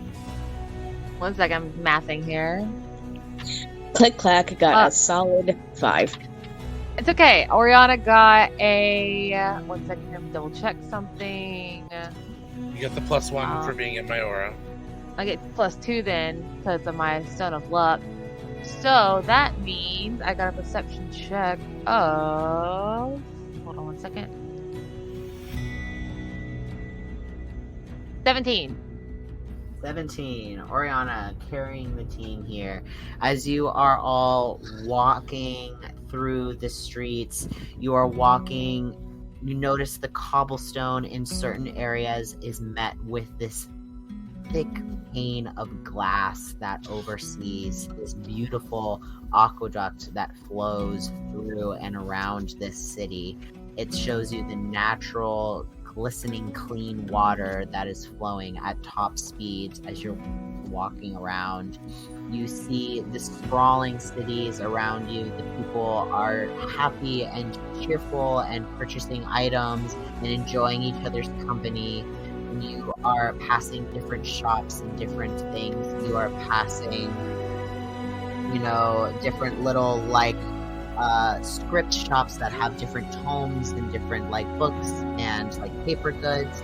You're passing that same magic shop that you had passed by before. It's called Vancourt's Fantastical Emporium. As you are passing by, you see different pieces of important shops, and you do in fact come across an armory. It is a small little work, it's kind of a square looking shop that is very sturdy in its building. There are iron rods that kind of hold the building up in all of the different corners, beams that travel along the ceilings, and a few different workers who are hard at work within the building. Is there anything in specific that anyone is looking for as far as armory? Freya's looking for the best armor he can get without disadvantage on anything. Absolutely. So you want to go ahead and take a look for that. Freya, why don't you go ahead and do some research for me and see if you can find anything on your own, and you can go ahead and present it to me, and I can give you a price for that if that's something that you feel very definitive on purchasing. Fantastic. Is there anyone, Oriana and Click-Clack, is there anything that you would like to look for in the armory? Yeah, so Oriana, is more spell-based, but she's always looking to, widen her mastery of things, and she's pretty used to her sword. So I think she'd be looking for maybe a new kind of sword to add, especially after that fight. She would feel better having that bit of metal on her. So I think she's looking at like the sword, seeing what would be not only lightweight and versatile, but something she could use quickly in battle. And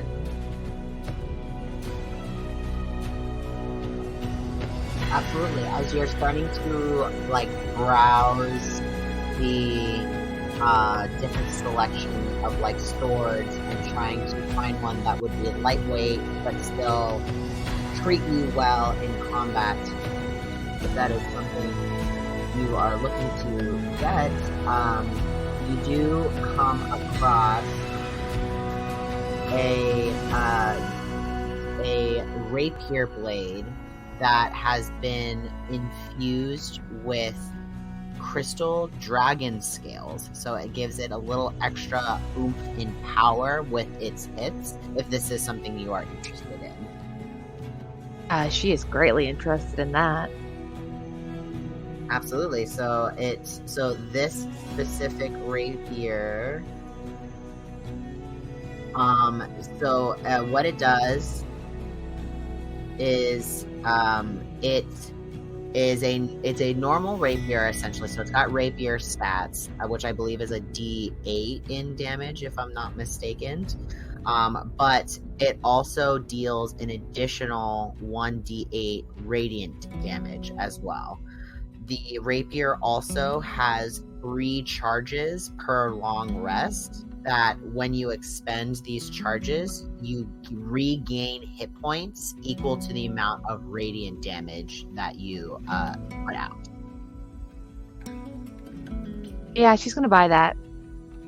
Amazing. So that is going to be 75 gold. Okay, and I think with the shopkeep, she's gonna. That is a fantastic deal. I did want to add, I do have just a plain rapier here. Could I add that in and maybe knock the price down just a smidge, since I'm giving you a rapier in return? The shopkeep kind of looks at you and examines your rapier as you bring it out to offer a bit of like a compensation, like, can I trade in my rapier and get a bit of a discount? And he looks at it and he's like, yeah, I could take 25 off for that, so it'll be 45 total. My good man, you have a deal. So he trades you your rapier and 45 gold for this new crystal rapier. I believe it is in D&D Beyond. I can add that for you if you would like in a moment. That would be great. Thank you. Yes, no problem. Can do that. Click Clack, is there anything that you're looking for here in the armory, or are you just here for a good time? Click Clack mostly just wanted to follow Oriana to make sure she was still okay. Fair enough. Very sweet. As you're kind of like browsing and looking at the wares, you're looking at all of these beautiful pieces of shiny equipment and things that are being like forged and built here in this, as you are looking out for Oriana and her well-being as she journeys into this unknown world, and you take this a little bit of a moment to kind of watch over her as you would watch her. And we will go back. Before we leave, I would like to say that I think Oriana would look over to Click Clack and say, is there anything you want? I'd be more than happy to get you a present.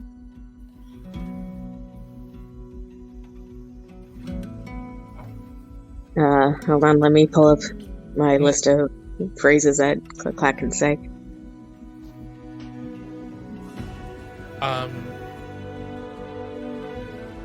While Click Clack is figuring out what to say, I think not only does Freya buy his armor, I think he also buys a greatsword for himself. And I don't know. Oriana may be close enough to hear this, and Click-Clack may also be close enough to hear this. I don't know, like, in relation to Freya where they are, but he kind of looks at the greatsword, and his eye is really trying to find one that is close enough to his mother's. And he just himself says, if I'm going to be my own person, I may as well learn to use more than one weapon. And it's good that I have a teacher for this one. And he'll pay for the greatsword also. Can I roll to see if Oriana heard that?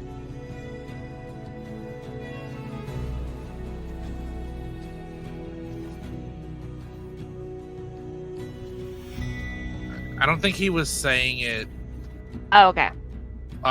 like super quiet. I think it's just he was saying it out loud, and if you were close enough to hear it, you heard it.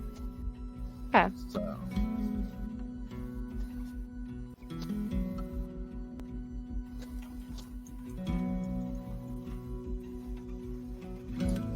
But that is all the shopping I do, and I think Freya will walk outside of the armory once done.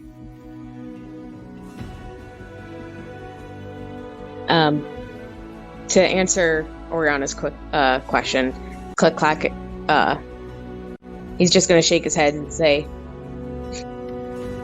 "No, honey, put that down. That's so expensive." No, it's not. Believe me, I have the funds to pay for whatever you would like.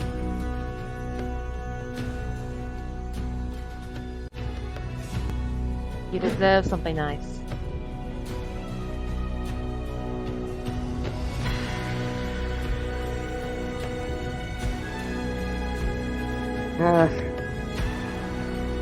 Click-Clack hadn't been looking at anything. He was mostly there just to hang out and check on Oriana. So, if anything, I think the only thing Click-Clack would be interested in would be more arrows for his bow.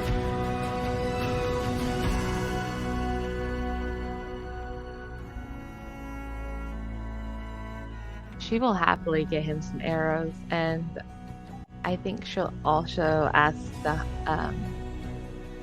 shopkeep, do you happen to have any magical arrows, any specialties as well?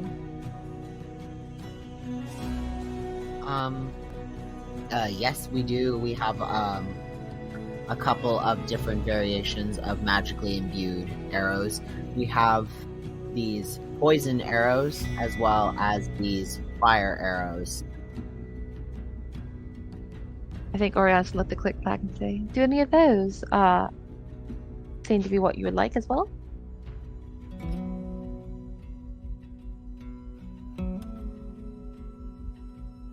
I think Click-Clack is just a little shell-shocked by the idea of magic arrows alone. I don't think that concept has ever, crossed his mind.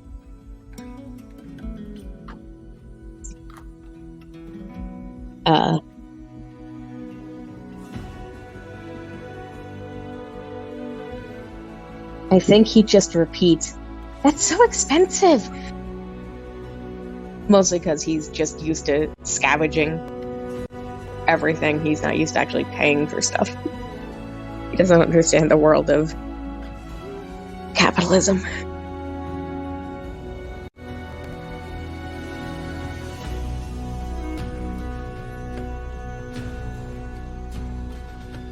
I'm sorry, I missed part of that. Katie was asking me a question. I'm so sorry. No, it's fine. No, I was saying Click Clack doesn't understand capitalism because he's used to scavenging everything. So, like, everything is expensive to him and he can't quite grasp the idea of paying for anything.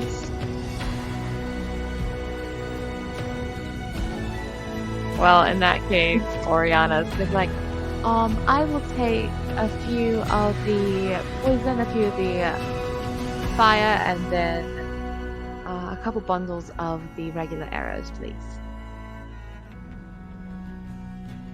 Right away. Thank you. You spend 10 gold on a couple of bundles of the poison dip, I believe is the one you said. Yeah, she wanted a little of each for Click Clack to have. Absolutely. Because he deserves it. Absolutely. So still 10 gold, grab a bundle of each. So it gives you about 10 arrows of each of them to play around and enjoy and have just for you.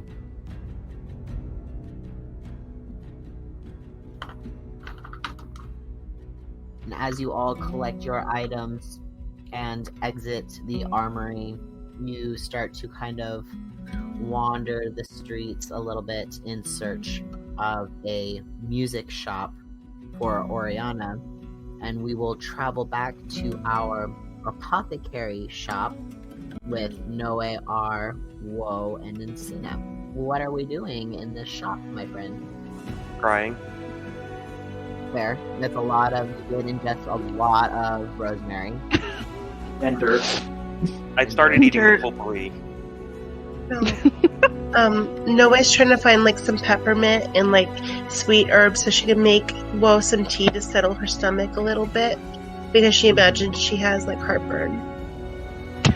There are tons of little herbs and teas here in this little apothecary shop, so you can find anything that you may need to make such a tea at very minimal cost.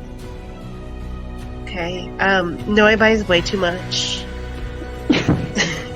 I love her. Because she doesn't...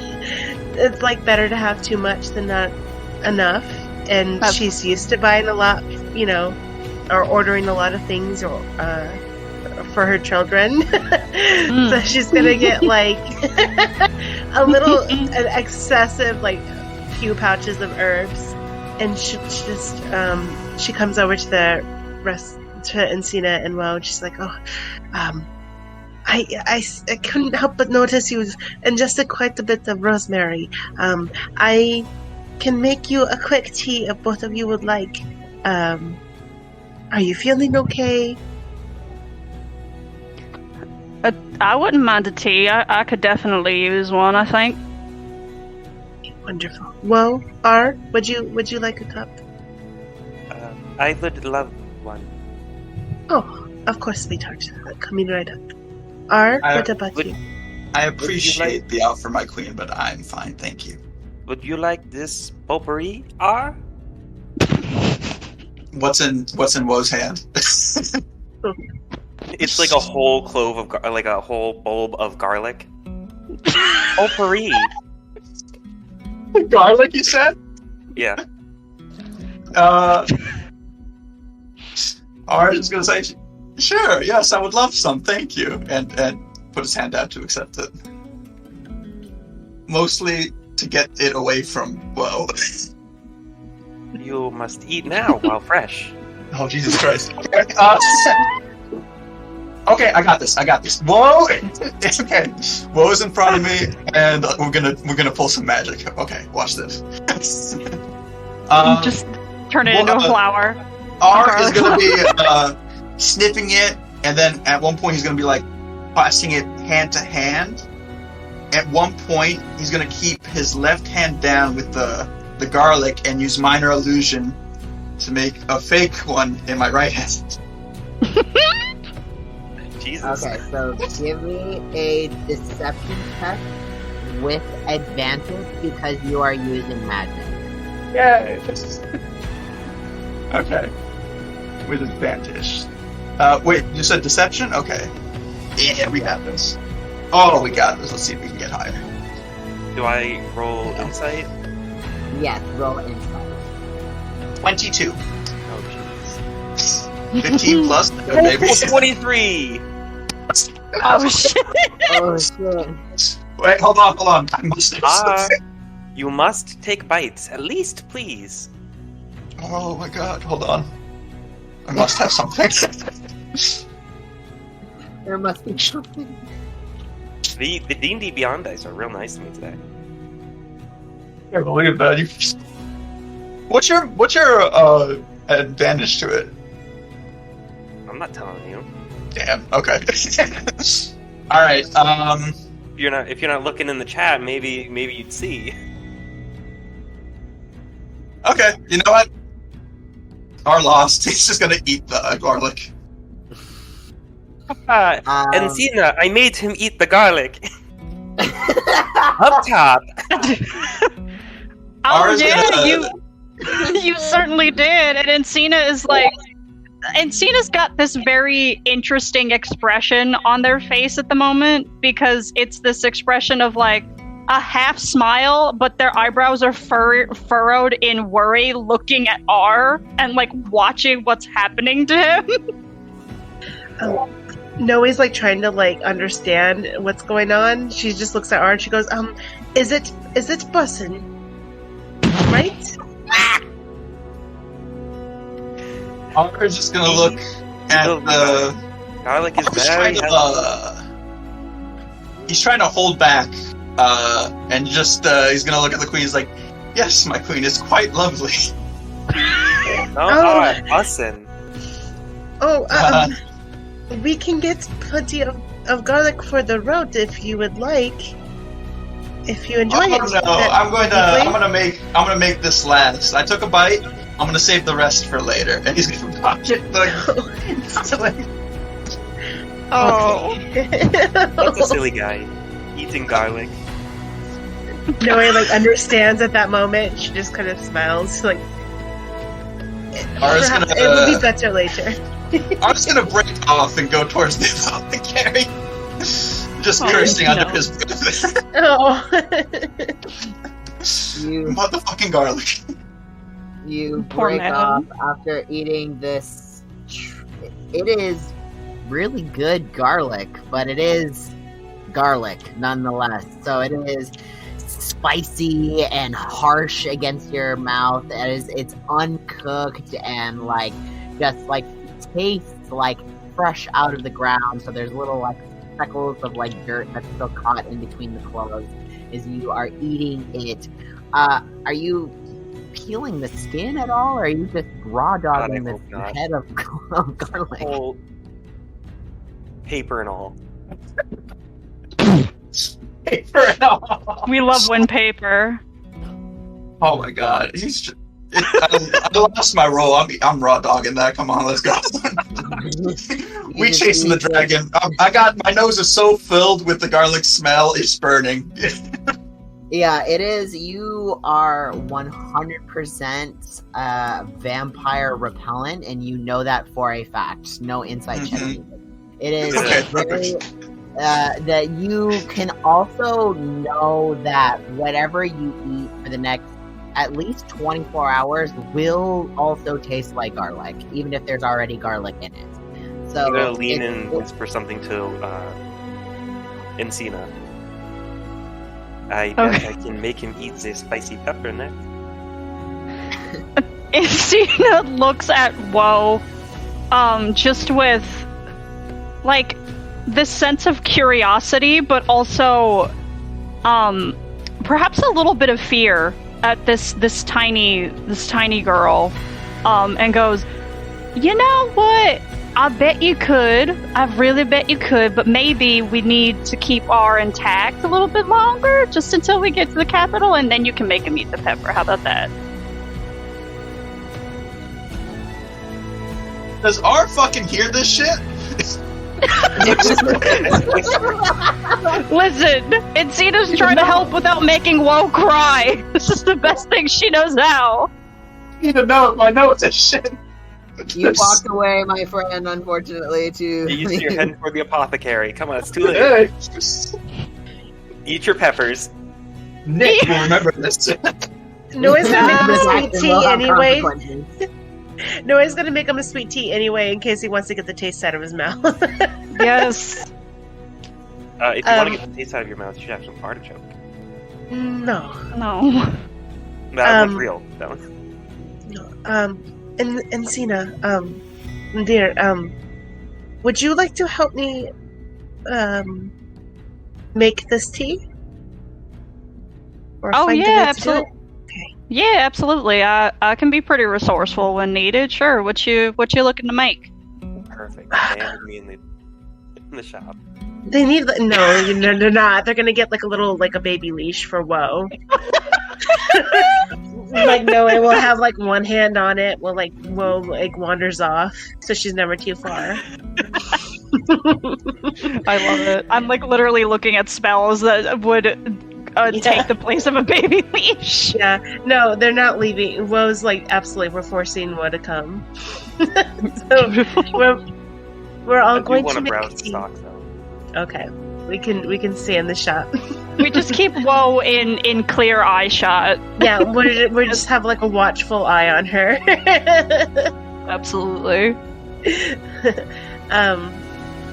Well, I was thinking of like a sweet peppermint tea to soothe the senses. Let's see if there's a fire outside, but not too far. I would like to keep an eye on what's going on here. Whoa, would you be alright if we stepped out for just a second? Yes, I will be right here. Okay, do you promise? In the shop. Do you promise? With R. Well, you also got to promise not to make R eat anything else. Your stomach is very strong, but I think R maybe needs a little bit of a break. R seems to be fond of you. Well, maybe think about being a little nicer to him. Garlic is healthy. In moderation, my dear, right? And dishes. Healthy for the body, but not for the soul. I will eat the garlic too, then, yeah? Whatever makes you happy, Will. Okay. I'm like, if this pleases you, and I'll eat the garlic too. What pleases me, Will, is that you're happy and safe. And that you promise to stay in the shop with R. And don't trick him into eating any more vegetables, please. Just let him be. Let the man be. I think he needs a minute. I will stay in the shop. Whoa, I noticed you neglected to comment on the second part of the contents of the promise. Just Noe sighs much in a way she would like if when her kids act up and just pinches the bridge of her nose like. There are some battles that can't be won, but at least we've got one hurdle down. It's mom and envy parent trying to look after everyone. Yeah, they're like trying to co-parent right now. No. Yeah. Well, I just want you to be safe. That's what all of us want. Enjoy your garlic. And she just wants to take a second to like kind of walk out the shop, and really it's just kind of like an excuse to get Encino alone for just a second. Oh, by the way, she paid for the herbs that she has in her hands. She didn't walk out with them. So oh yeah, presumably. So holy shit, that would have been funny. She remembered to set down some coins at the last minute. She was almost distracted by the garlic talk. But she slowly puts the herbs away in her bag as she looks up at Encina and she goes, if I'm being honest, Encina, the tea can wait, but I've been waiting all day to ask you, how are you doing? It's kind of a weird reaction for Encina to have at hearing that question. Encina sort of pauses in a weird way and gets this really far off look in their eyes. And being prodded with that question and having to think about it, Noe, you start to notice that Encina's hands start to shake a little bit And Encina very visibly gulps down a lump of saliva in their throat and goes, I'm fine. I'm fine. This is just another day for me. And it's very clear that Encina's not doing too great. Just another day does not mean you are okay. She's regarding Encina carefully. I understand if you don't feel like you can talk to me yet or if ever, but if you need to talk to somebody, even if it's just about something small, I am here. Encina nods a little bit and takes a moment, kind of regards Noe's words, the very sincere, genuine look in her eyes, and goes, it's not so much that I can't talk about it. It's not so much that I don't want to, it is that I can't. And, in so many words, being back in this place, being back in Puppet, it unnerves me a great deal. Being back, have you been here before? Yeah, you could say that. As have I. Oh? Long and ago. Encina looks curious when Noe brings that up. Years ago now. It's not something that I can really talk about either. And perhaps hypocritical of me to say, but just because you can't talk about the circumstances, you can't talk about how that makes you feel. And if being here makes you feel difficult things, I would like to support you. Well, if that's the case, I would extend the same motion to you, darling, because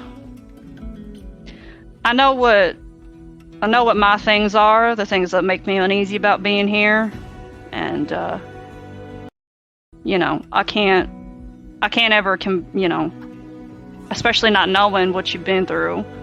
I can't compare very well my experiences to yours, especially not knowing them, but knowing that this place makes me uneasy and that you also have feelings of your own.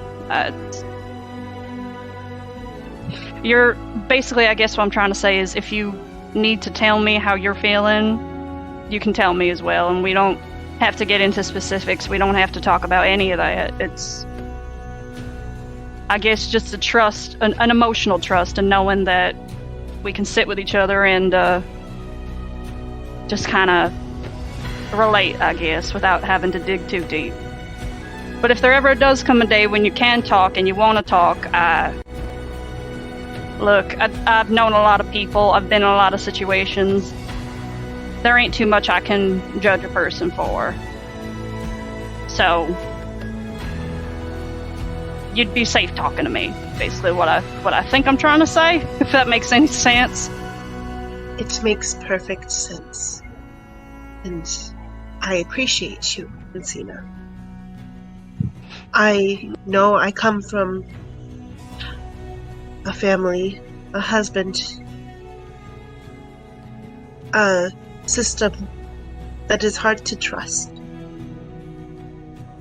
that is difficult to speak about or speak to. But because I am a part of it does not mean that's all who I am. And this place brings back hard feelings for me, but it also brings back feelings of nostalgia. It's not all negative for me, but I couldn't help but notice for you, you haven't felt like yourself, and perhaps it's bold of me to say considering we haven't known each other for long, but I like to think on some level we understand each other. Is that incorrect for me to say? No, darling, I think you are well within your right to say that. And, to compound on that idea, I can say that I felt some sort of camaraderie with you the moment we started sparring with each other. And maybe that's just wishful thinking. Maybe that's just, ends of blades meeting in a whirling storm, but I don't know, I felt it. Encina, if I may, I don't ask to spar with people that I don't have some sort of respect for. Someone once told me, again on the same page. What were you saying, Your Majesty? I apologize. Don't be sorry. It's okay. Now that I have a chance to speak, perhaps things come out too quickly. That's alright. I can be a bit of a blabbermouth myself, so I understand. I wouldn't say that. You have things to say, and things need to be heard. Someone once told me that fighting is either an expression of anger or an expression of trust or of patience. And I like to think that the latter should be honored. And I like our sessions. I wouldn't be as so bold as to think that I am your friend as of yet, but I hope that we are on our way to being that. Encina smiles a little bit at that, and their eyes, there's a warmth that filters into their eyes as they look at you, Noe, and they say, look, I think we are. And I say I think just because this is the first time I've talked about my emotions in a really long time. This is kind of hard. And you can tell Encina's trying to deflect a little bit because being this open is not something they do very often. But they kind of blink a little bit, like kind of look around, trying to ground themselves a little bit, and they're like, I care very much for the people around me, but it's very rare that people see me, I suppose. So I don't want you to take any offense when I say I think we're becoming friends, because I don't make friends lightly. And that's not to say that you aren't worthy of friendship or companionship. It's just me. It's just something I deal with. You do not need to explain yourself to me, Encina. You do not need to feel like you have to apologize for being who you are. I do not like that. Do not settle. I just wanted to let you know that I care. And perhaps you needed to hear that. Encina smiles a little bit wider at that, and there's a very warm, honeyed look in their eyes as they look at you, Noe, and they nod, and they're like, yeah, it's been a long time since I've heard that. That's really weird to think about, but... And in case anyone hasn't said it to you, I know you got your son here, but, I care about you too. I care about everyone on this team, and I want everyone to come out of this alive, and I just want to see change after this sacred mission or whatever is over. I want to see Click Clack get back to his boy. I want to see people healing. There's enough suffering in the world. There doesn't have to be... This doesn't have to be at all anymore. And Encina kind of points to or gestures up at the sky at the foliage and the trees that are invading into the city. And, you know, in a way it could be seen as, you know, nature taking back its rightful space where it should be. But when Encina thinks about all the sick and the hurting, it's hard to see it that way, especially given how violently people are getting sick and how bad people are hurting. And so Encina looks, you know, continues to make eye contact with Noe and goes, but for what it's worth, I think if you were chosen for this mission and you took it so willingly and it seemed with very much pride, I could stand to reason you want the same. And that's enough for me to consider you my ally, on our way to being friends, yes. If I'm being honest, I do not know why I was chosen for this mission. But I want to see what's best for everybody, for Ayana, for my son, for Click-Clack, for R and Woe. Though, to be honest, I may not know everybody well yet. But I would like to, and maybe we were all chosen for a reason. Well, a couple more life-threatening battles and we'll be thick as thieves. And Encina chuckles at that. Why must you curse us, Encina? And she kind of chuckles back. And Encina's like, listen, I'm not trying to. You know, being a healer, I gotta be at the front lines when everybody starts falling over, but... If it makes you feel better, R and Woe are going to chase off any potential enemies with their garlic breath. So I don't think we have anything to worry about for some time. You know what? You got a point there. You got a really... Yeah. Perhaps I would like to go back and check on and Woe and perhaps find R eventually.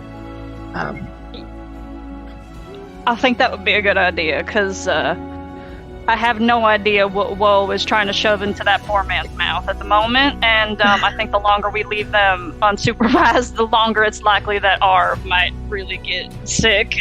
So I think that would be a good idea to go find out what they're doing, but sincerely from the bottom of my heart, I appreciate you taking the moment to check on me to see how I was doing, because I didn't really realize it until you asked me how bad I was actually doing, so I appreciate you.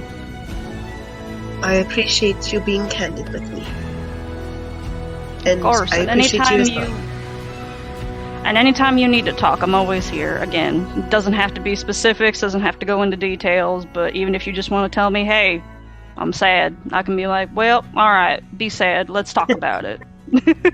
I appreciate that.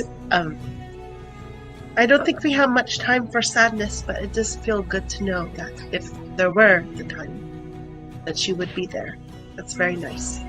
Thank you. I think, if you don't mind me saying, I think there's always time for your emotions. Your emotions are allowed to take up space, even when you're locked in survival mode and all you can think about is surviving, just to get from one point to the next, and all you can feel is numb, and all you can feel is just knowing that you got to get through this. I still think, even in all of that, there's always going to be a place for your emotions and your feelings, and there should be. You are allowed to take up space, and you are allowed to express how you feel. It doesn't make you weak, doesn't make you vulnerable. It's just knowing, and I say this being a complete hypocrite, it's just knowing how and when to express those feelings. Otherwise, they'll eat you alive. I agree, there's a time and a place. I'm not saying I do not feel those things, however, for me, for having my son here, it's different for me. I feel my sadness, but it's not for me, it's for somebody else. And the fear I feel right? At least for now, is for others. And that is a hard thing to manage. So all I can do is do what I'm doing now. Well, I will say what you're doing now is pretty damn good. I think you're making the best of the situation you've been put in and the cards that you've been dealt. And as far as your son and, being fearful for him, I understand that. And I will be there as your healer, as everybody's healer. I will be here to pick you up when you fall. And that includes Freya. As I did when he did fall. And I will do it again gladly. Thank you, Ensina, from the bottom of my heart. Thank you. Of course. While we are here in Puppet, if there are things that you see that are difficult for you, just look at me, and I'll help you in any way I can. Ensina kind of cocks up her mouth in a little half smirk, little half smile, and goes, I appreciate it. And as I said before, same goes for you. I feel like they need a handshake or something. Damn. That was Fuck the handshake. Let's just skip straight to the kiss. Kiss about it a little. Jesus. Cry about it. Yeah, cry about your feelings. She, for a moment, Noe kind of like stands there, almost like she wants to hug her, but at the same time, Noe is used to not acting on those public displays of like affection unless it's like, in the privacy of her own home. So instead she just reaches the hand out and delicately puts it on Ensina's very broad shoulder. I love it. Let us go back inside. And perhaps we can think of a spell for woe in the future. Yeah, we are gonna need like some kind of like, I don't know, like a mage hand that is just tied to woe at all times so we can just keep tabs on her. Yeah, as you guys are having this conversation and having this moment of heart-to-heart and realization, what are you doing inside of this house? Okay, so are those two still outside? Yes, so this is happening while they're outside. Woe is still inside here with you. Okay. As R is walking back to the apothecary for custom order, he's going to be messing with his hair, trying to hide his branch-like horns that come out of his temple. Instead of putting his long hair slicked back, he's making it all messy to cover the horns. And then he's just whispering to himself, keep it together, keep it together. And then he's going to walk up to the apothecary. You walk up and you see this small halfling gentleman with this kind of all over the place, like shocking red hair that is just pointing in every direction, coming outside of his dome.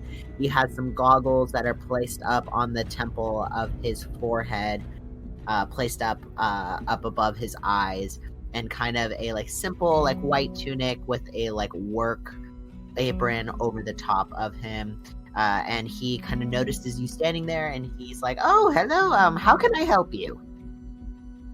Can I insight him, check him real quick, just to get a general idea of his personality? Absolutely. Okay. Insight is 17, 13 plus 17. So with 17, you can tell that this is a kind of genuine person. He's a very happy-go-lucky halfling guy. He seems to be very... he loves what he does, which is this apothecary shop and supplying a bunch of different things for people to use, as well as supplying his own potions as well. He seems genuine in what he does, and seems kind of to himself like not necessarily doesn't look like gossipy or anything of that nature. Okay. R's gonna throw on a little crooked smile and go, "Hello, darling. How are you doing?" Oh, I'm doing just great. How about yourself? I'm doing just fine. I wanted to ask you about a custom order I need. Absolutely. What could we get going for you? I need the strongest poison you can make. Oh, absolutely. Do you have a pest problem that you need to try and eradicate, or what are we using the poison for? Well, I don't want to toot my own horn, but I am a bit of a celebrity. My name's Left and Right.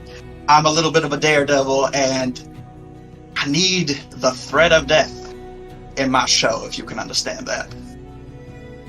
Oh, yes, absolutely. Looking for a little extra magical assistance in making your show so eye-catching and daredevil. I appreciate you coming to my shop to purchase these wares. Absolutely, I can absolutely get you. How many vials of this potion, or how much are you looking to purchase?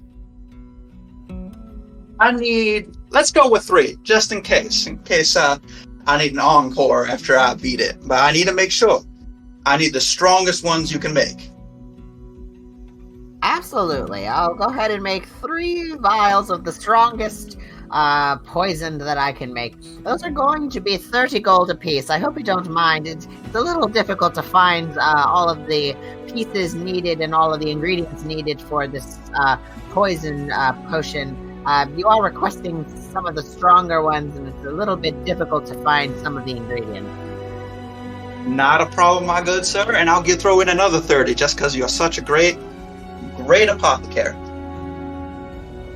He starts jumping for joy and is just aghast at the gold that has been placed in front of him. He's like, "Oh my goodness, well, I really appreciate the tips. Thank you so much. I really, really appreciate it. I will get right on that. It's going to take a couple of hours to get that all brewed for you. So if you'd like to look around our shop, you're welcome to do so. There are also plenty of shops here on the strip as well. I do heavily encourage, if you would like to, stop by the lovely Fancourt Fantastical Emporium. It's just a couple of doors down as well. They've got all sorts of magical goodies and trinkets that are always wonderful to look at. That sounds mighty fine. I think I'll go over there and hang around there until you're done with my order. Oh, I appreciate it. Just give me a couple hours and I'll have that all set for you. I'll see you very soon. Fantastic. I'm going to leave you half of the money now because I know you're such a good seed. And then when you bring my order, I'll pay you the other half. Absolutely. That is more than fair. I truly appreciate it. And you see that he gets down from a small step stool and starts to kind of place some ingredients in a large cauldron that kind of the lip of the cauldron is just over his head, so you see him kind of dunking these ingredients into a large cauldron as it starts to kind of bubble and broil and smell like sulfur, as you start to realize that he is making these potions for you as you requested. All right. Then R is going to leave 60 gold on the counter for him and then make his way back to Woe. And then when he gets there, he's like, "All right, well, you ready to head out?" I need to do some shopping. No problem. I'm actually going to head out early then. I'm sure Noe and Cena will be more than happy to look out for you. I'll let them know where I'm going, though, okay? You want me to let them know, or you will let them know? I will let them know on my way out. Outstanding. All right. Have a good one, Woe. Then R is going to pull out that garlic and take another bite. And then walk out of the store. It is pungent as you take another heaving bite of that garlic and walk out of the doors of this apothecary, seeing Encina and Noe outside, letting them know that you are just taking a small walk to visit some of the other shops here in the neighborhood while your order is being prepared, and that Woe is still inside if they would like to meet with her. Encina and Noe, is there anything that you would like to, where do you want to go in with Woe, or would you like to follow R to Fancourt's Fantastical Emporium? I will say that Encina is perhaps slightly worried about leaving Woe alone. And is maybe a little bit wary of the damage she can cause by herself. So she's gonna stick with Woe. So, Noe looks at Encina and she goes, "Did R say that he wanted company? Because if you're staying with Woe, I don't want those to break apart on their own unless they need time to be alone." I mean, I don't recall him saying that he wanted company, but I mean, I could go after him if you want to stay here. It's really up to you. I'm good with either or. That is okay. Would you like to stay here with Woe? I don't mind going after R to see if he's okay. You know what? He mentioned something about an emporium, I think it was. An emporium? What is... that sells what? I don't know. It was fucking Max Marvelous Emporium, something like that. I didn't catch the whole name, but... Well... He did seem quite distraught over the garlic fiasco, so perhaps I'll go that way, and if I happen to see him, I'll give him some fresh mint so he can chew on that. Are you okay here with Woe? Yeah, I'm sure I can handle her. Okay. Woe, do you need anything before I go? Are you in the shop with me now? Yeah. I am unsupervised right now. Oh God. When you walk in, technically. But all I'm doing is, I think Woe would just be going around to the different plants that are on the shelves and just lightly nibbling on the edges of the leaves to help identify them.